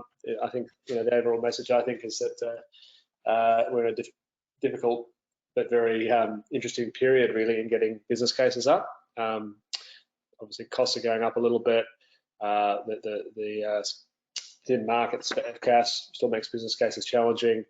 You can't yet unlock these other revenue streams easily. So, there's some headwinds, but, overall, certainly the large-scale batteries are, particularly well positioned to capture the opportunities that do exist, I think. So, overall optimistic, but still quite challenging on the ground, I'd say. Yeah, and I think the other thing I'd add is I think for us being really across the policy and regulatory environment and where the future's going, to be able to future-proof the technology of the asset you create. Because I think that'll be one of the biggest risks to 10 or 15 year storage assets will be, in my eyes, potentially the inverter that you use on that asset now versus what that may be able to do in the future. So certainly thinking about not necessarily just about today's revenue streams, but being aware of where the potential trajectory of the market is going and looking to potentially future-proof that asset as you develop it. Thank you. Yeah, I agree on that. So I was just going to say, yeah, that's certainly, definitely agree with that. And that's, working with a lot of developers, that's very much front of mind for many of them around, what is their business case built on now? But those, especially looking at advanced inverters and being able to have inverters that can be transitioned into grid forming modes for other services in future. There's definitely a lot of thought that's going into that in developing our projects. And I think, in terms of the overall deployment of BESS and challenging business case challenges at the moment, that is the state we're in, and we're firming up and demonstrating the capability of some of these services. But we know that they're going to be needed as the power system continues to transition. We know that coal is retiring. We know that needs to be replaced by by renewables and combined with storage. And we know that it's going to be needed to fill that gap. And market prices are going to have to evolve to incentivize that over time. And there's a lot of work to go in the regulatory space to make that happen, as well as possible. But I think we're in the stage at the moment of feeling our way with that, making best use of the rules as they are at the moment, building business cases on what can be justified with an eye to the future. But at the same time, working on those rules and with the confidence that market prices will need to move to a direction that enables these projects to get up as we're getting further into the transition. Well, thanks so much, guys. There's a last question from Julianne from ICP Tech. He's asking, what is the foreseen battery installed capacity share in a scenario of 100% renewables in Australia? So I think, I don't know whether we're going to, I don't know whether we'll get to always 100%, but I think in what's forecast in the no coal environment, if we can look at it like that, is around about the 55 gigawatts of storage. Now that's across utility and distributed and controllable, which no doubt will include vehicle to grid and all sorts of things in the ability of storage to provide a range of different roles. But yeah, that's the expectation, is it's probably up around the 55 gigawatts, at least at this stage anyway. Thank you very much, guys. Very interesting presentation and discussions today. Really appreciate your time and support. I will move to the next item here, just to sort of show what are the next steps when it comes to this event. If you'd like to hear more about CIADI and similar events in the future, we have face-to-face events this year in the United States. covering different themes and topics. As we said, CIADI cover vertical power, so you could connect with us. Just a quick reminder in terms of the agenda for this event, sort of where we're at.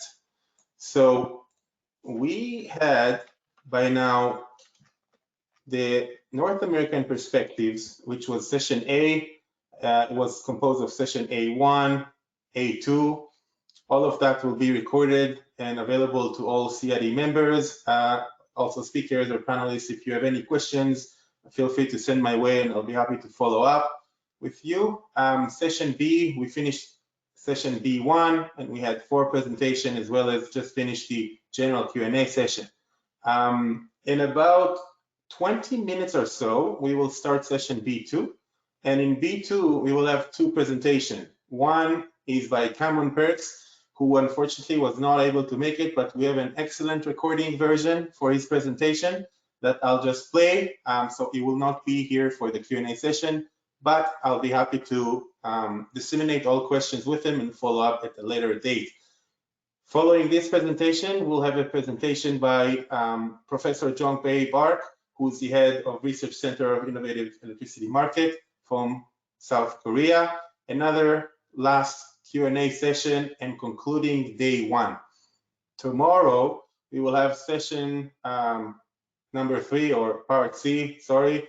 It will start from 8 a.m. Eastern time all the way to noon, which is 1 o'clock in the afternoon to 5 in the afternoon in GMT or European times. We will see perspectives from Italy as well as Spain and also Ireland. So anybody on this call is more than welcome to attend that, as well as participating in discussions. Speakers will be able to be part of the panelists and help contributing to an interactive discussion, just like we had today. Session C2, we will look at projects in Germany and other European countries, well, in this case, in the UK. And again, same goes for the other session, similar format, different perspectives. So thank you guys so much. Really appreciate your time, the attendance, and the support from the ICP Tech, sorry, that help us organizing this event. And one more time, thanks for all presenters that agreed to support us this event. Let's take a 20 minutes break, quick bio, whatever, walking the dog, whatever you want, and I'll see you guys soon, okay? Talk to you soon, and thanks again. Have a good day or night. Bye-bye.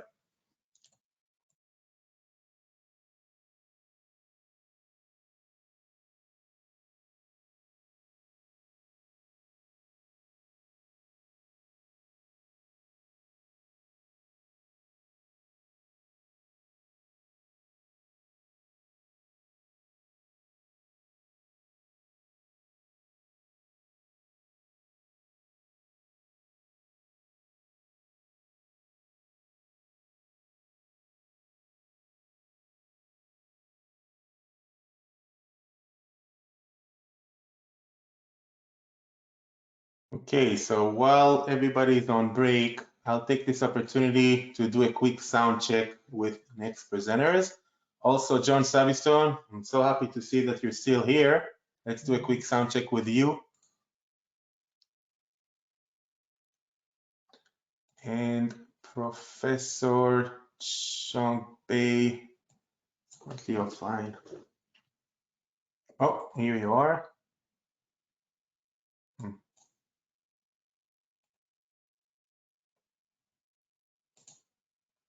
Professor Jong Bae, I don't know why I cannot make you a panelist.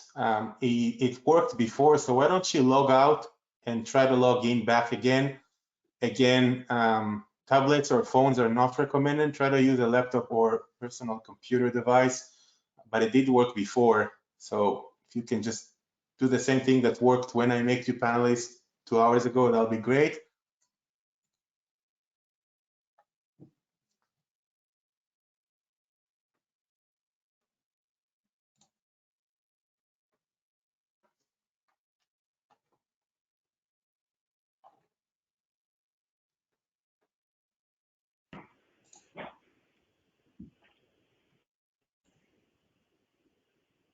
Hello, John. Hi, Ari. How are you?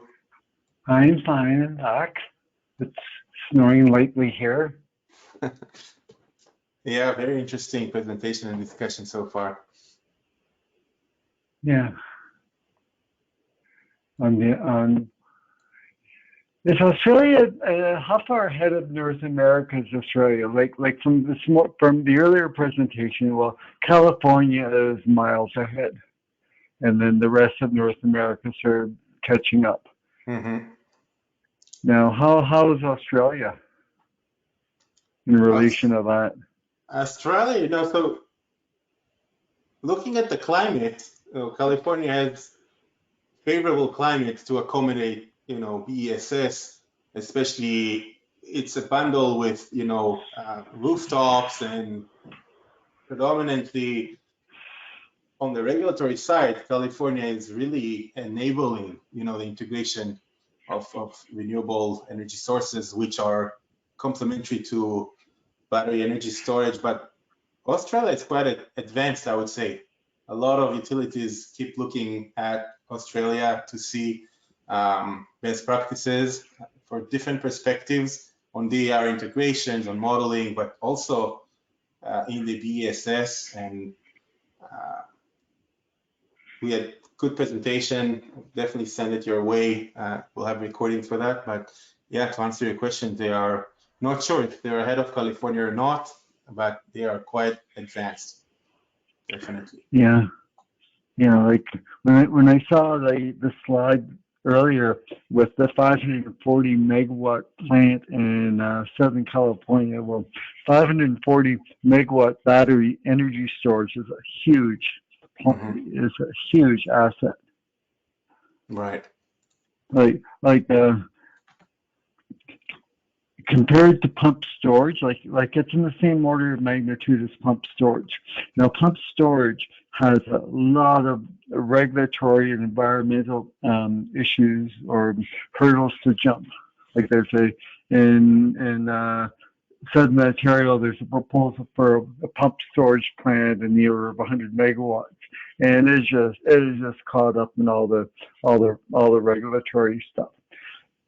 A battery energy storage thing, which sits at the corner of a field somewhere that's not being used for anything else, can easily replace that with none of the regulatory hurdles. Mm-hmm. So like in my crystal ball, I see battery storage replacing all the other all the future plants such as the pump storage. Like there's a lot of pump storage capability around, but it all has environmental issues. Right.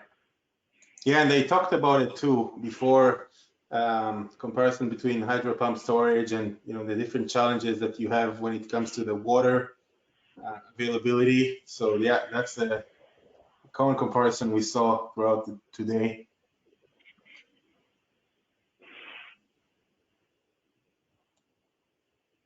John, good night. This is Paulo.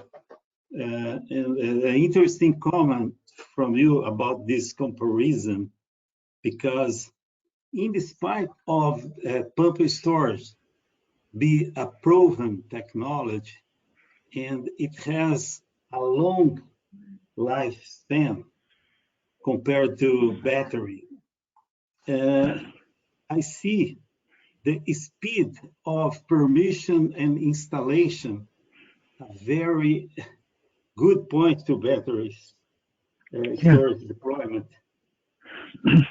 Yeah. Like in North America, a pump storage plant is looking at a 10-year process for permitting.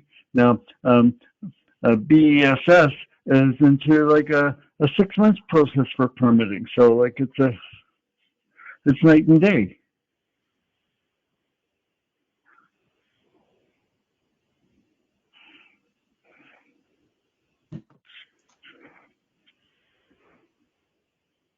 It seems that the business model of battery storage is evolving at a fast transforming way in order to get commercial viability. in the near future.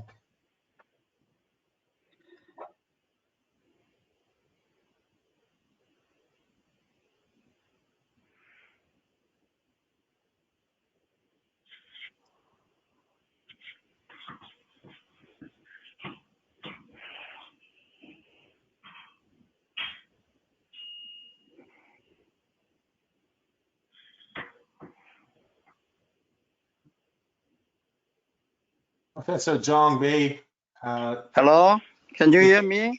we can hear you. How are you? Okay, then there is some problem. So I should use my smartphone. Could you handle my slide? Absolutely. I'll share my screen with your slide deck, and you'll have to tell me when to go to the next slide, okay? Okay, thank you. No problem. Sorry. No worries. So just so you know, the first presentation will be by Cameron Perks, and then it will be you at around 7:40. So 35 Okay. minutes. Okay, so I will start. It's always good to be a little bit ahead. So 3 minutes, just gonna get ready here. My screen.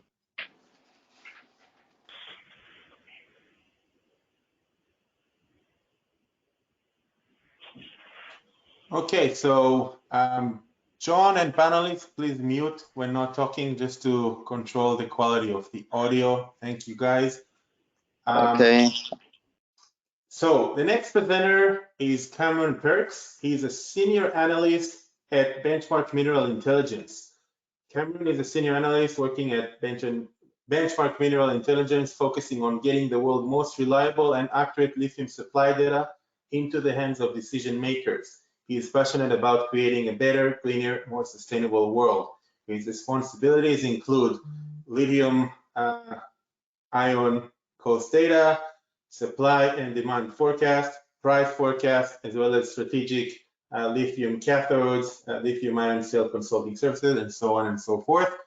Let's play his recording. Any questions, guys? I'd recommend that you send them over the questions or chat box so that I can forward them his way. All right.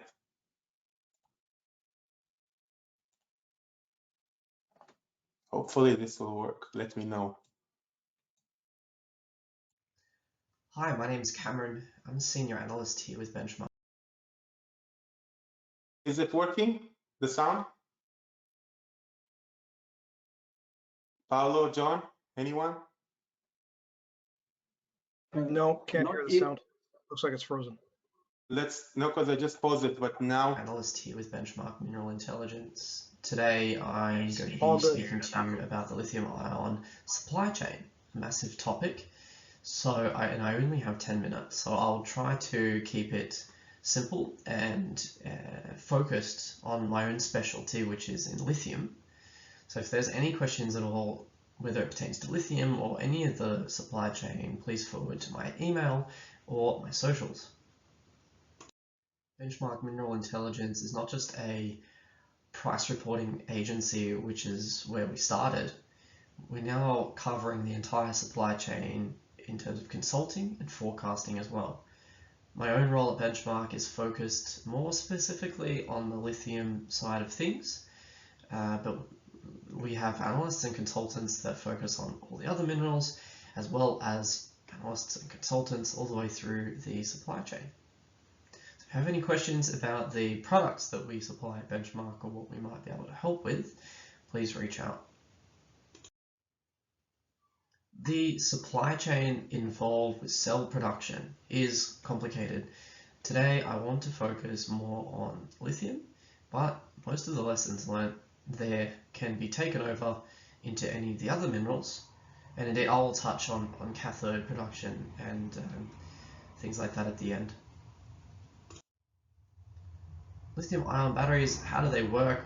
Well, we're at this webinar probably because we have an idea of how they work already, but essentially what we could highlight from lithium ion batteries and how they work is that they're characterized by a very high voltage and charge storage per unit mass and unit volume, which means that they are quite suitable for specific applications such as EVs.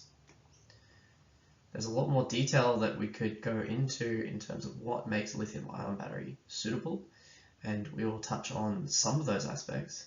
But again, if there are any further questions, please let me know. In order to understand lithium-ion batteries and their usefulness, one needs to understand lithium, the element, and the properties which make it suitable for the applications that I want to speak about today. It's particularly the low density of lithium, the small ionic radius of it, the specific heat capacity, and of course the very high electrochemical potential of lithium make it important. The decades of investment and research that have gone into then applying lithium to a lithium-ion battery is second to none. 5 or 6 years ago, lithium was considered an industrial mineral, and it still is in many ways. But predominantly, lithium was being used in greases, ceramics, glass, etc. Fast forward to today, and lithium end users have done a complete 180. Now, lithium is primarily used in batteries, and battery demand is primarily being driven by electric vehicle demand. This is an important slide, as it shows supply and demand, surplus and deficit for lithium. On one hand, it demonstrates the unprecedented level of demand being placed upon lithium, and this is representative of all battery minerals, by lithium-ion batteries and EVs. What it also shows is how heavily low price environments and lack of investment will place on supply, and therefore the ability to roll out lithium-ion batteries, EVs, with the goal of solving climate change, and just so how interlinked and how crucial lithium and other battery minerals are in solving that end goal. Right now, we're in a deficit, as evidenced by, I'm sure as everyone knows, high lithium prices. This does impact the price of lithium-ion batteries. This impacts the price of EVs. Our outlook suggests, and we're tracking close to 300 projects in the background, suggests that with current levels of investment, you could see capital start flowing through to actual real tons of lithium within the next few years. There are expansion projects included in that, not just greenfield projects. By 2026 and 2027, a tightly balanced market from then on in. Where is all this lithium coming from? Where is it going to come from? It will come from expansions and new projects. New projects will include geological settings that are not currently being exploited. It will include technologies that are not currently either being used or used at a commercial scale, and it will of course include traditional geological settings and processing methods. It will also include traditional lithium chemistries, as well as other midstream chemistries forming their own market.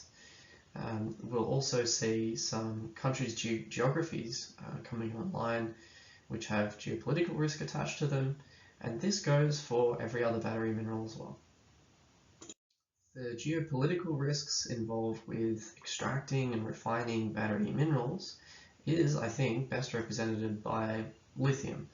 Lithium has geopolitical issues, potential ESG issues all over the world. Depends on the country and the region we're looking at, whether it be water or CO2 emissions, or some political risk in Africa or South America, or even tier 1 jurisdictions, so like the US or Canada. I've outlined some examples here for South America and the interplay between brine and hard rock resources and hedging those bets between countries and jurisdictions. But there are a number of other examples that I could outline between North America, Africa, China, etc. So reach out if you'd like to hear more. In terms of the macro supply picture, right now we're dominated by South America and Australia.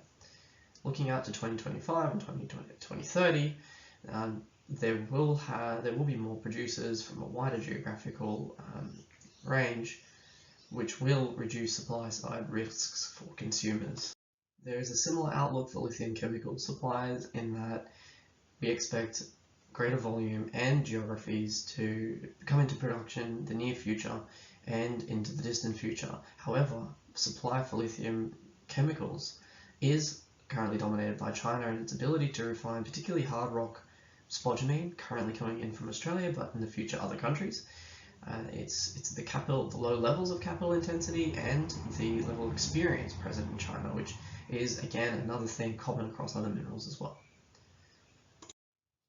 Just bringing up this slide again to remind you of just how extensive the supply chain is, and this is a very simplified supply chain overview. We've touched predominantly on lithium, how it pertains to the cost of cell production, how its supply and demand dynamics influence that, how pricing might flow through from that, but there are also, of course, a lot of other minerals to take into account.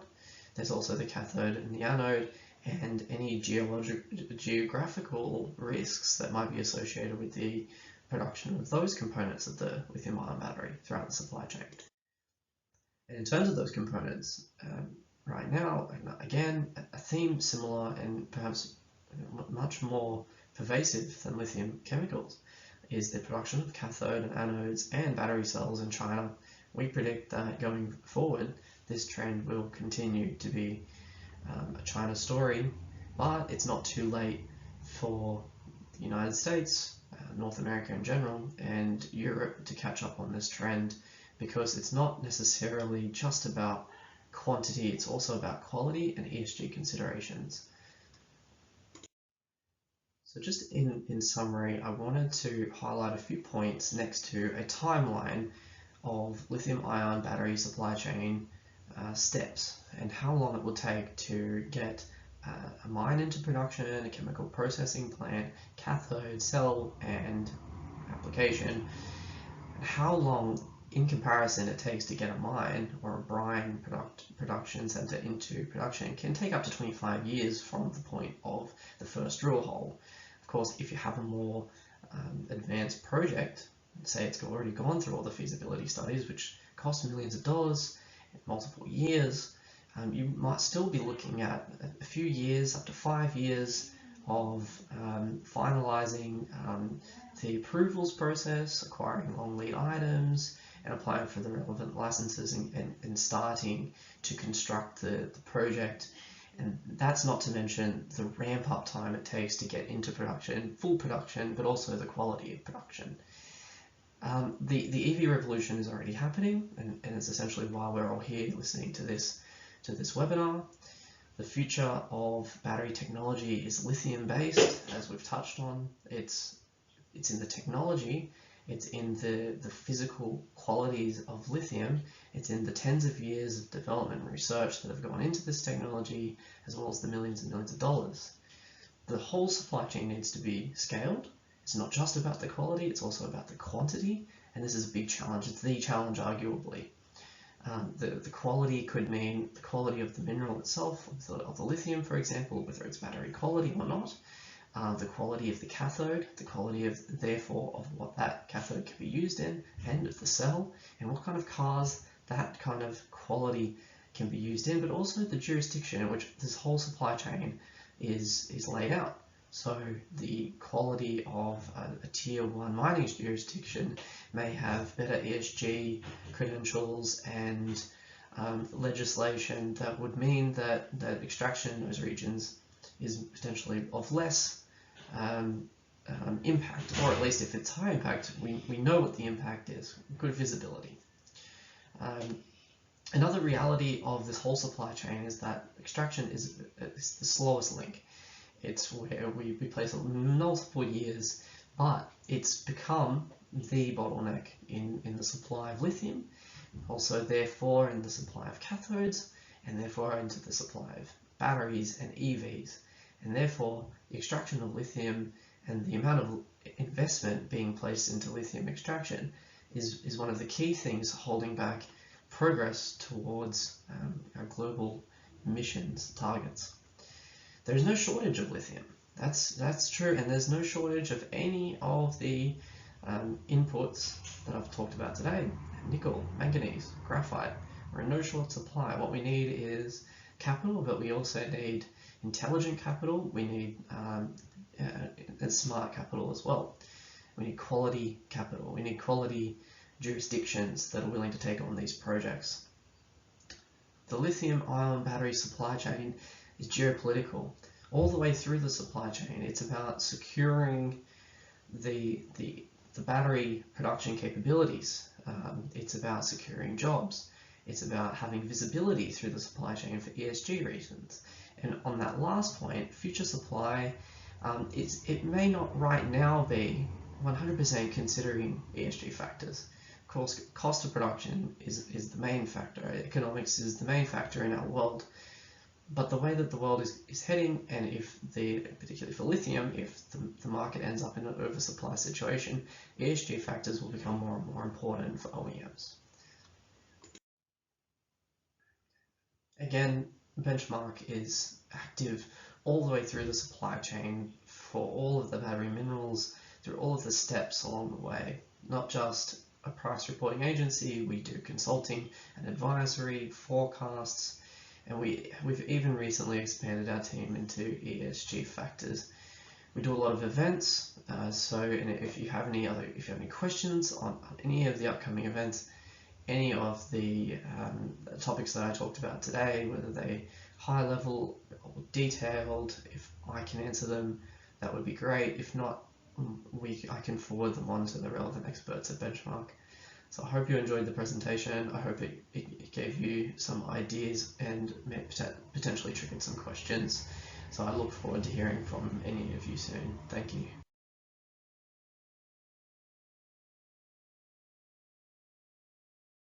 Okay, I hope you guys enjoyed Cameron's recorded presentation.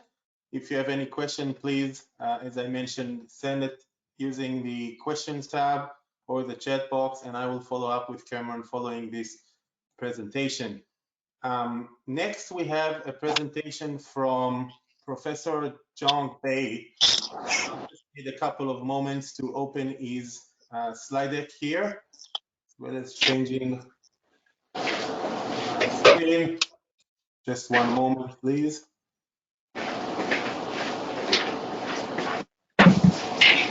Thank you, Ali. You're welcome. Can you guys see the presentation? Yes, I can. Okay, so would you mind just introducing yourself quickly, Professor John Bay, just for the sake of time, and then we can dive into the presentation. Yeah, I'm John Bay Park. I'm with in the Department of Electrical and Electronics Engineering, Konkuk University, South Korea. Today, can I start? Sure, yeah. Yep. Today I will talk about the brief introduction of Korean power system, as well as grid scale energy storage system. Next slide, please. Yeah, briefly introduce the present Korean power system. And next, I will briefly introduce the energy transition plan of South Korean government, 2030 and 2050 carbon neutrality, and talk about the battery energy storage system status and the future in South Korean power system and the conclusions. Next, please.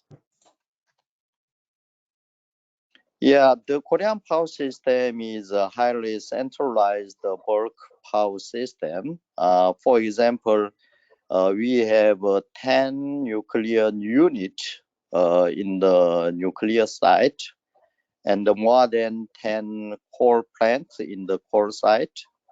And the load centers are located two parts. One is the Seoul Metro. You can see in the map left up, and the other is Busan Metro area, east south. And the load center and the generation is interconnected with 765 kV AC and 500 kV DC in the future. And we are highly dependent on the fuel import, for example, LNG and coal. Next slide, please.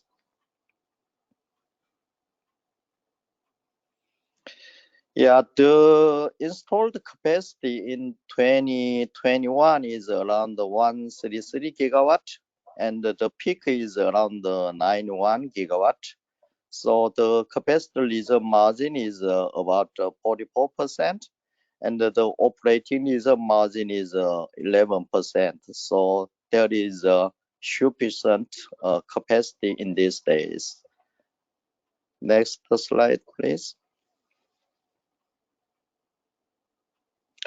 Yeah, in these days, renewables and natural gas power plants are constantly increasing to reduce greenhouse gas emissions. If you see the right-hand side, you can see the capacity mix changes in 2016 and 2021. Nuclear decreased, coal decreased, LNG the same, and the renewable increased from 9% to 19%. At this time, we have the pumped hydro and storage about 4.7 gigawatt. It is approximately 4% of the total capacity. Next, please. And the generation mix is very similar to the capacity mix. The coal decreased from 40% at this time to 34%. Nuclear around 30%. LNG increased from 22% to 29%, and the renewables from 4% to 7%. Next slide, please. Yeah, this data shows that the recent capacity addition in South Korea are focused on the solar and the wind. Last year, the solar about 4.4 gigawatt, wind 100 megawatt. So the total renewables are around 5 gigawatt.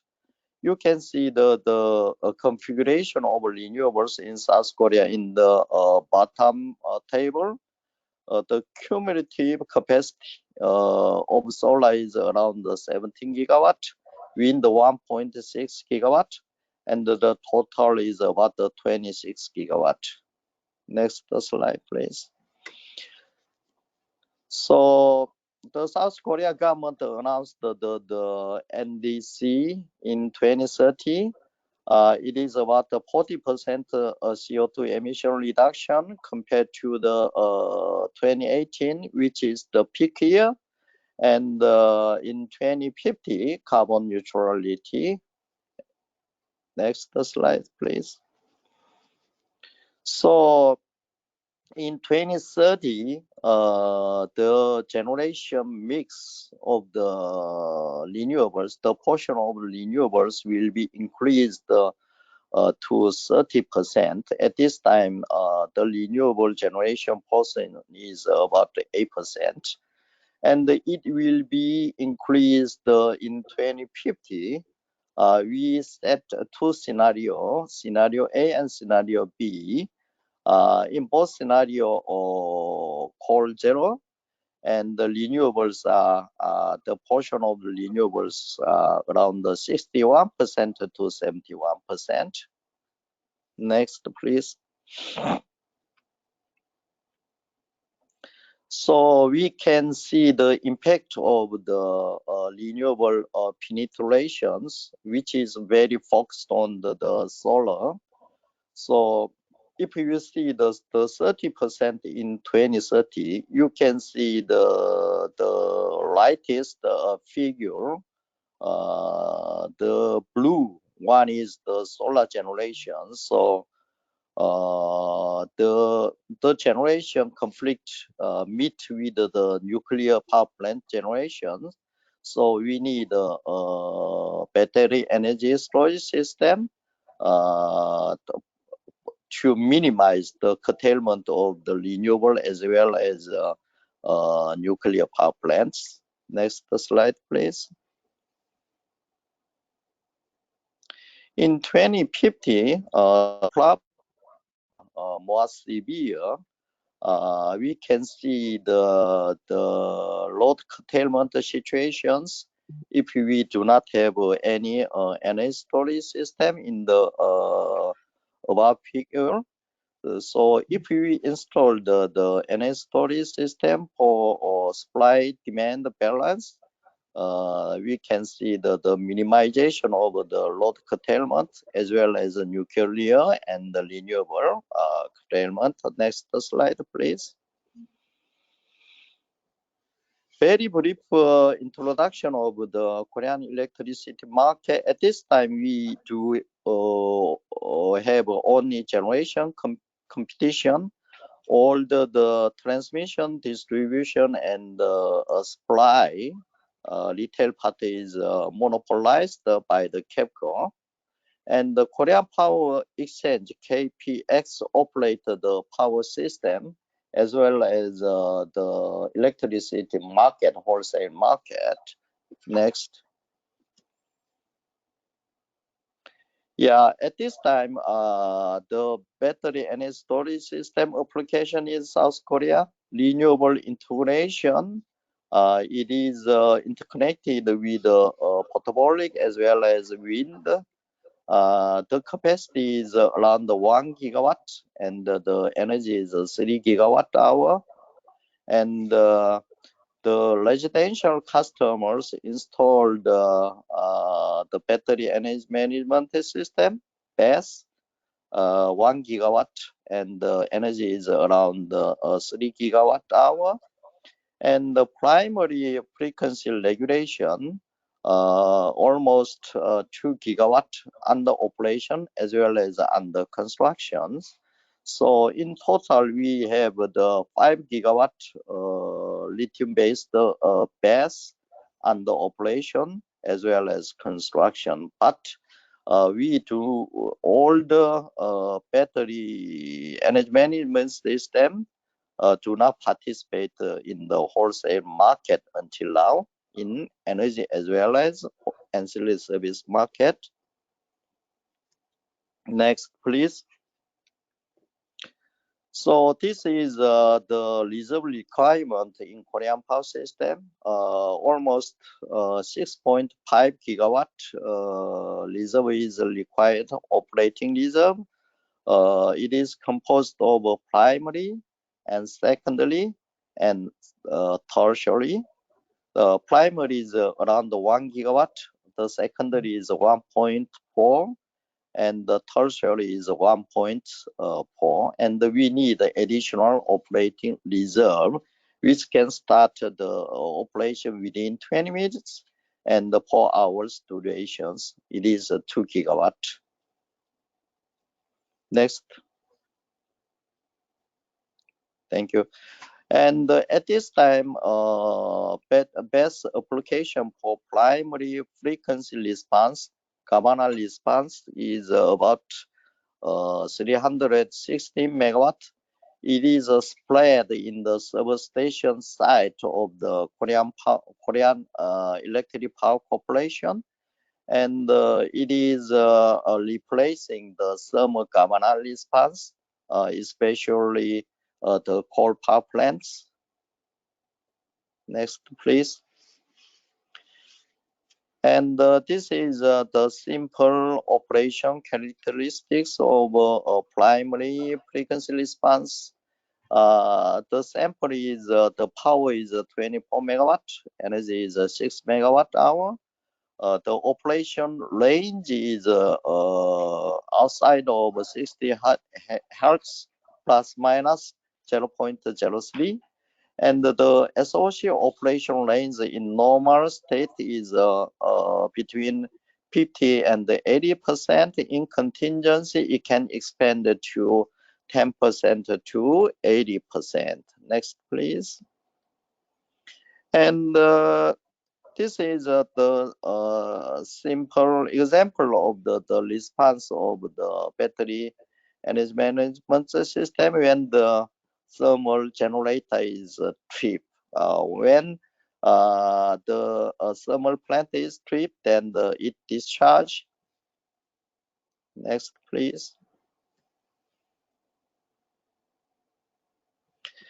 And we are doing the some tests using hybrid approach. It combines lithium plus a supercap. When the frequency change is very small, it is covered by the supercap. And if there is some contingencies, then it is covered by lithium-based battery. This is for to extend the lifespan of the LIB. So we are doing the hybrid energy management system operation at this time. Next, please. So this one is another example of the thermal trip. The problem regarding with the solar power plant, if the frequency drops, it also trips. So to prevent the severe situations, we are planning and installing additional primary frequency response energy storage system. You can see the bottom graph, which is the frequency drop when the 1.5 gigawatt thermal trip as well as a solar trip. If we install more 500 megawatt ESS, then the frequency drop increased to the 58.79, the green curve. So it is very useful to do the power system stable operations. Next slide. The final slide. It is very, very important to secure the safety of the battery energy management system. In these days, there were some fires from the BESS. We do make investigations the cause and how to prevent the fires and other problems. Until now, the South Korean BESS is used very focused on the power focused battery energy management system for the primary reserve. And from now on, we are thinking to expand the long duration energy focused battery energy management system and doing the job of the how to compensate in the wholesale energy as well as ancillary service market. It will be published at the end of this year or early of the next year. And we expect more than 5 gigawatt BESS and more than 2 gigawatt pumped hydro until 2030. Thank you. Thank you very much for the presentation. So now we'll go to the last Q&A session of today.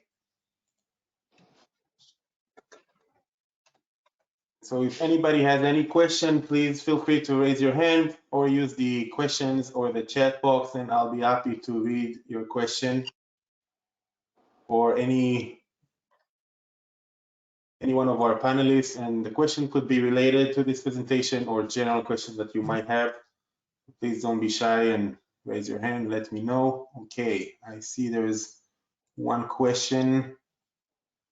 What is the expected lifespan or LIB cap versus just the LIB? Daryl, Would you mind unmute yourself just to make sure we understand what you mean by the acronyms?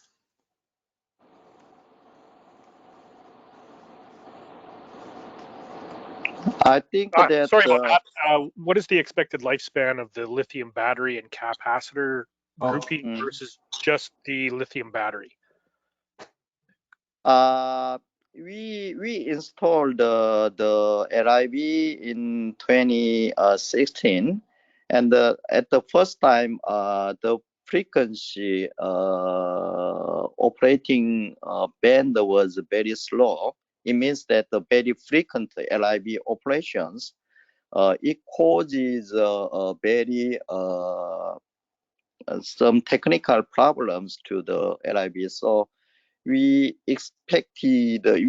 combined the LIV with the cap, and the normal lifespan of the LIV is 10 years, and we expect more than 20%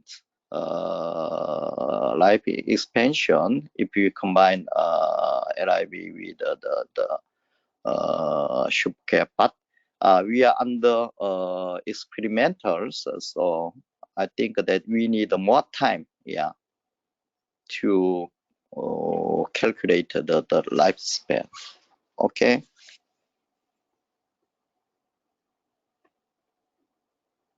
Is there any experience in other countries to this kind of the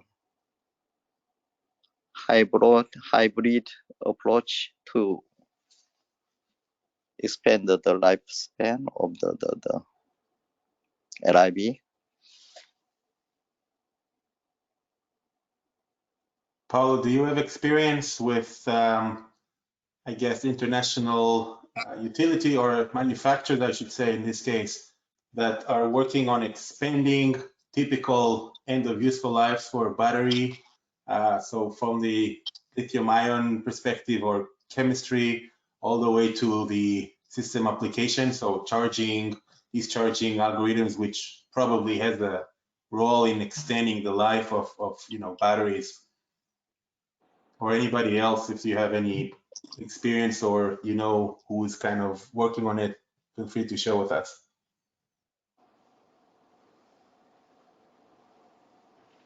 Ari, I can just let you know that there's a company in Ottawa, Ontario, Canada called G Batteries that is able to quickly charge batteries without degrading their life significantly with normal fast charge.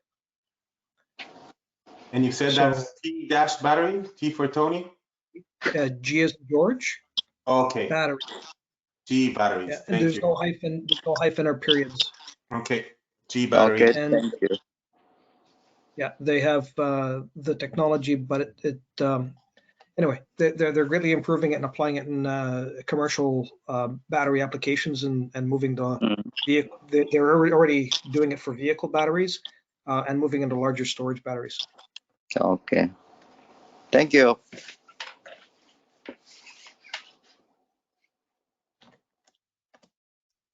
Thank you, Wright, for that reference. I just wrote it down in the chat for all audience. Any other questions? John, Savistone, Paulo, and the team for ICP Tech, generally speaking, on some main differences that you see between different regions. We had a region from North America. We had South Korea right now. We also had from Australia. Excuse me? Yeah.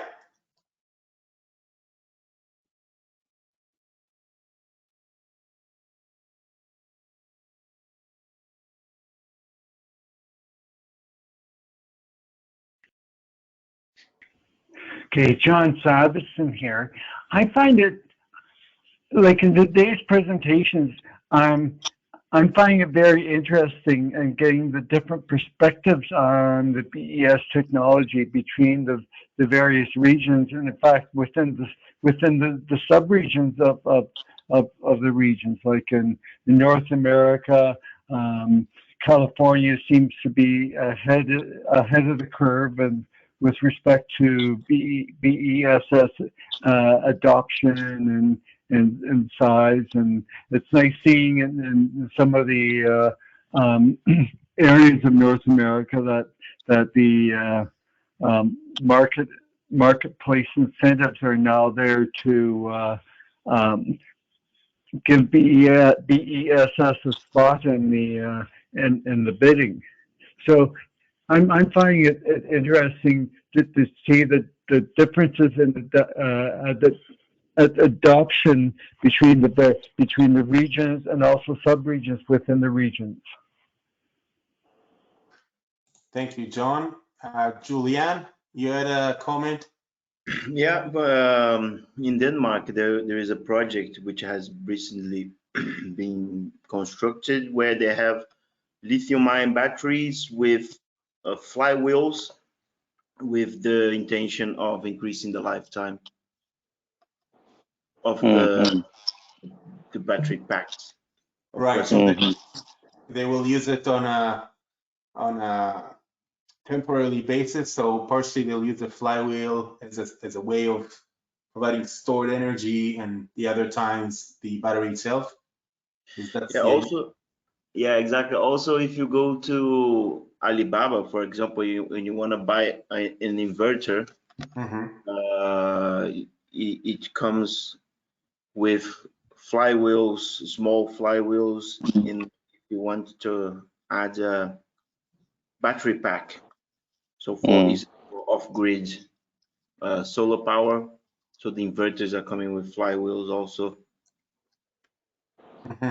What about the maintenance perspectives, right? So if we're treating it as an asset, right, are there different practices to increase the lifespan of batteries strictly by having good maintenance procedures? Are there any compliance, working on a substation, for instance, we had load testing, discharging, making sure that it's performing a certain way.